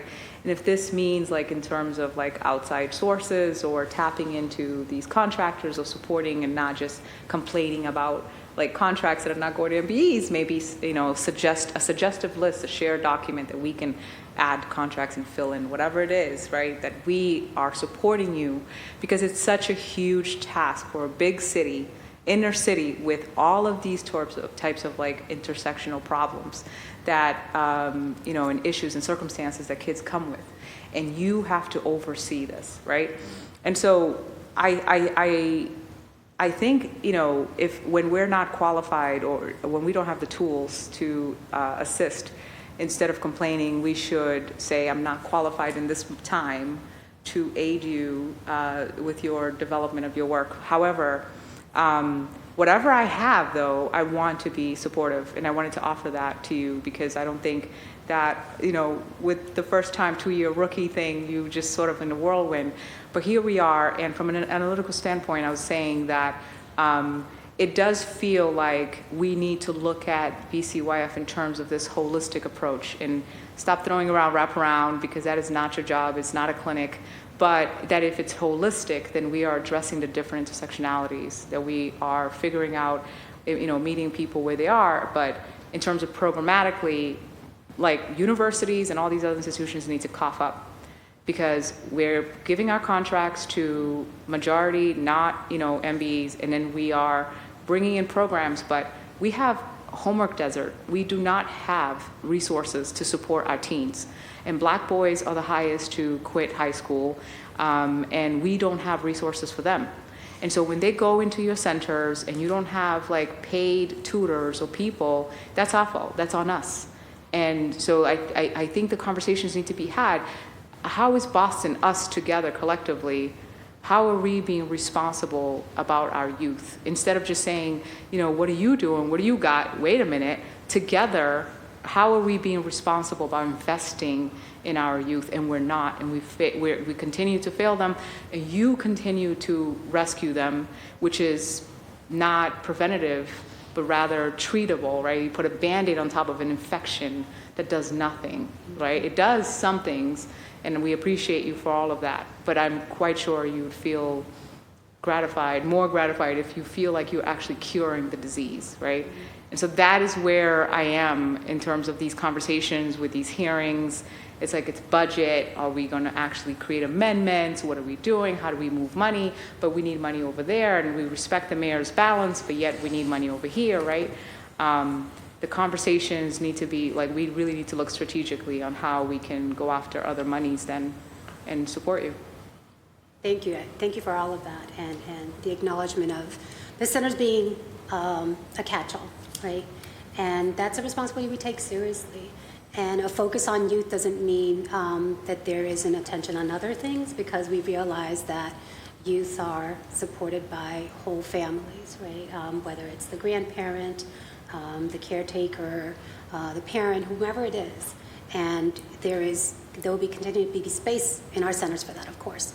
And that's proven by the fact that we have, again, 2 senior centers. So it's not all just youth, but there is a core, and we'll continue to do that. And that being said, again, thank you for acknowledging we have to identify what we're good at, right? And everything else we have to fill with, whether it's partnerships or contracted services, and that's what we aim to do.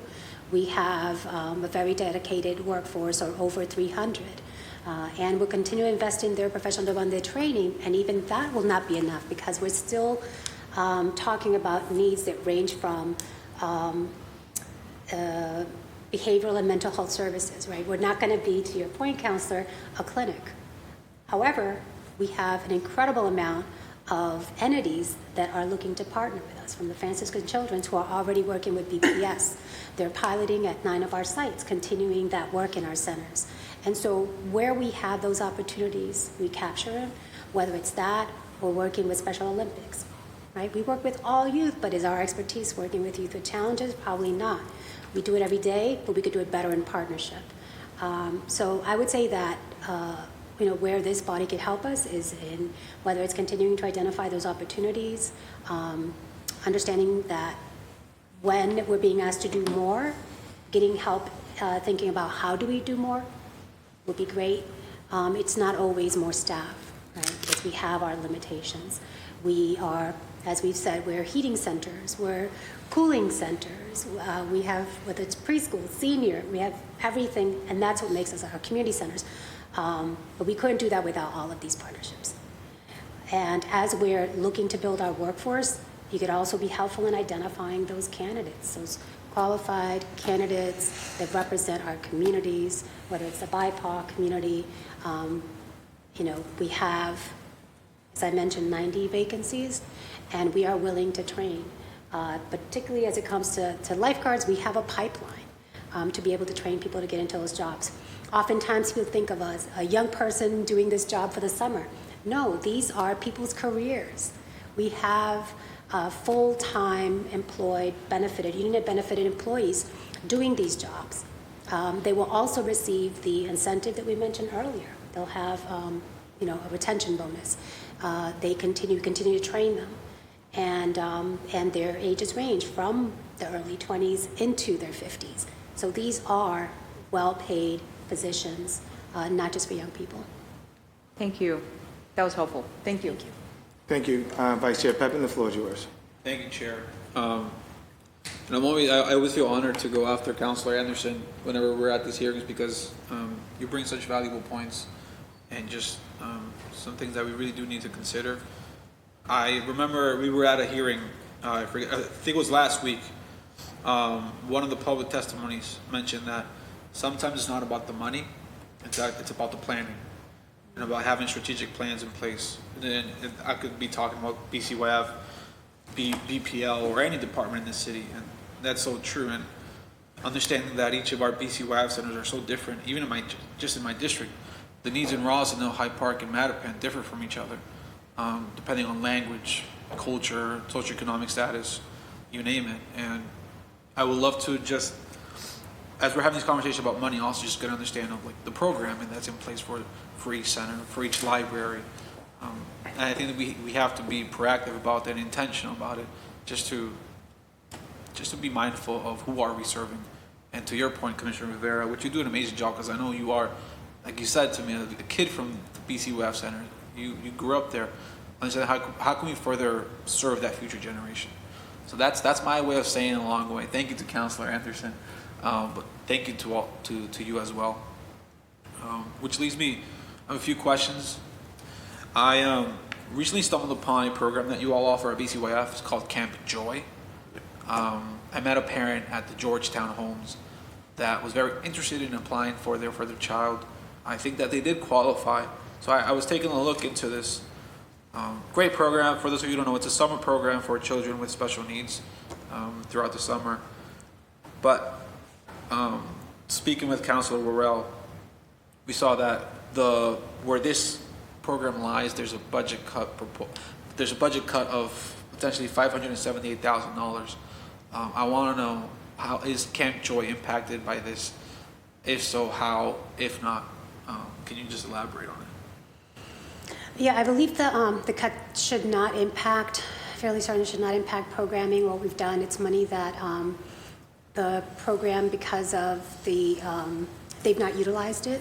We have moved around some funding to increase the salaries because we're talking about higher professionals.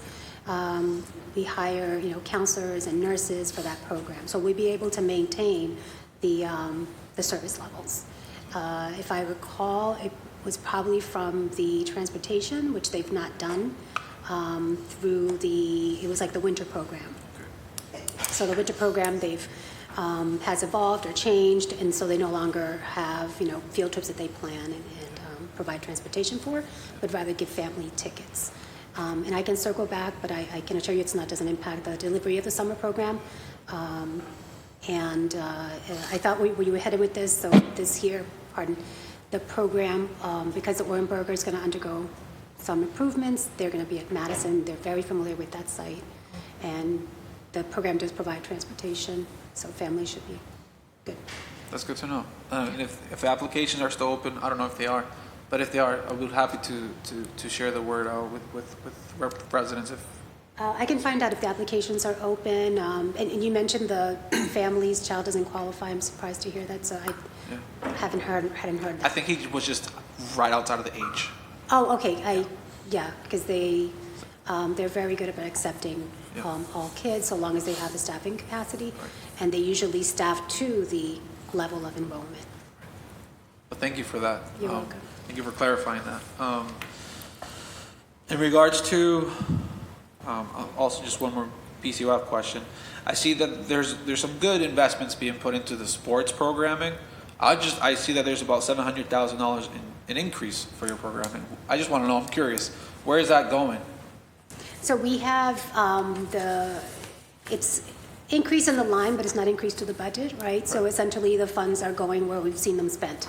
So we have, whether it's sports equipment or, we don't hire for athletics specifically a lot of vendors, but it's mostly athletic equipment and to support the initiatives that we are, we piloted this year or launched this year, which is the Mayor Sports Initiative as well as the Girls Sports Initiative. So that's where we see that going. That's awesome. Yeah, I know that with the new Mattapan Center and the new site director, who's amazing. I see that there's a new young boys soccer program at the Mattapan. So thank you for that investment, and anything that you guys can do to help spread the word, let me know. I think that's going to be a great initiative for the community. So thank you for starting that. Thank you. All right, Mr. Leonard. I was looking through the budget, and I do see that there is about $500,000 for upgrades and repairs at the Hyde Park Library. Some of that is going to upgrading the boilers, the windows, and the facade, and repairing the facade of the building. Can we just get an expected timeline on that, or what's the process at the moment? It is. It's so this is a capital project to bundle a set of repairs such as the ones you mentioned together. So we're dependent on capacity at the Public Facilities Department to actually execute that. So I do not have a timeline at this point for you. Oh, that's okay. Just wanted to, I guess, thank you all for putting that investment there, and thank you for the programming that you're doing this month at the Hyde Park Library specifically. I know that it's Haitian Heritage Month, yes, and there is a lot of events that you're doing, and the community loves it. So I just wanted to publicly say thank you for that. Thank you. But with that, I yield the rest of my time. Thank you, Vice Chair. Just a few questions. Can you, this is for Mr. Leonard, the self-checkout kiosks, the investments that are going to that, and what's the rollout, and what would these systems be like? So this is an upgrade to existing self-checkout and pay-for-print kiosks at each location. So this will be system-wide. The existing equipment, either the hardware or the software, or in some cases both, is out of date and not able to provide really good service to what our patrons deserve and what they expect. So this is actually being financed over 5 years, so you'll see this charge, this line item, over the next several years. But we will be executing the project starting over the next 12 months in the upcoming fiscal year, which will be managed by our Chief Technology Officer. Mm-hmm. Thanks. And just questioning, just wanted to get an understanding of how things are going without library fines. Are we seeing any unintended consequences as a result? Well, we're seeing one good unintended consequence, which is actually drove borrowing up during the first year of fines being removed. So if memory serves me correctly, we eliminated fines for children first and then followed with adults. This is late fines in particular. If you lose a book, you still have to bring us a replacement or pay that fee if you can. By doing that in a staggered manner, it was really ultimately a small impact on the budget that we were able to absorb as a result. Got it. And I see there's a goal of expanding Saturday access hours. What would be your ideal operating hours if you had a full staff? So, and this is a current year initiative based upon the last year's funding of additional positions. We're not quite at the fully staffed level that we want to be, but basically this takes us to a 9 to 5 at almost all locations on Saturdays. I think the expansion of hours at the Chinatown branch, we'll wait till we have a new large branch, and that will be wonderful. I think we've been using overtime to fill the gap where we didn't have a staff person to cover 9 to 5. So we're almost there. I think Upham's might be the only place where we're lagging for some reason. Our goal was coming out of COVID to go to have Saturday hours at least 9 to 2 and now 9 to 5, thanks to last year's investment from the mayor's budget, which you approved.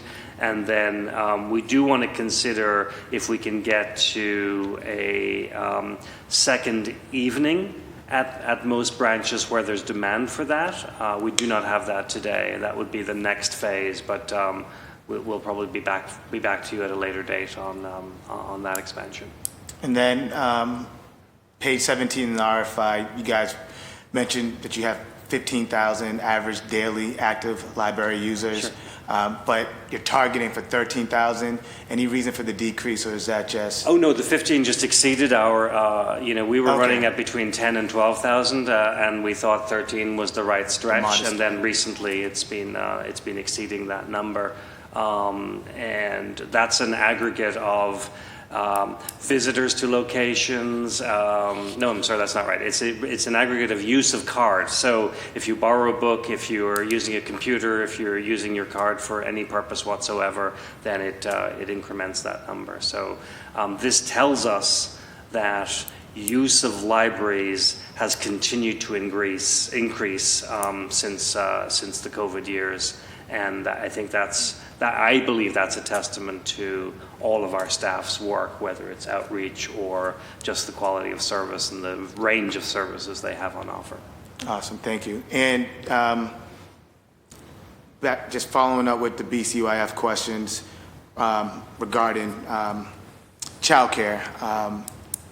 I've, not only myself, but I mean everyone knows the cost of childcare, and then we heard from Director McSwain about the amount of seats that she's trying to get in there, and seeing how much space it'll take to service a child, right? I think we went to Mattapan and it was like 1,000 square feet, 1,500 square feet, and it was only 30 kids. But the demand, right, is thousands of kids, right? So 1,000, right, kids at 1,500 square feet. If you're looking for filling 1,000 UPK seats at 1,000 square feet, you need like 33 different sites, right? And I don't know if we have, right, that footprint, like where do we find the space to accommodate for the demand that the city needs in order to support, childcare and drive down the cost. So that's the question when I see people, I just believe we need more investments, right, into that area to help drive down those costs and also to meet demand. And I do hear Councilor Anderson's point on making sure that we have affordable housing play a role in it, but I believe the demand is so large, right, that we need everyone rowing in the same direction. Because also in terms of like education at any level, right, it's not let's get it right at the high school level. We have to be getting it right throughout that child's life in order to make it really work and impactful. So it's this cradle to career model that I'm pushing across all departments, not only BCYF, but BPS and BMA.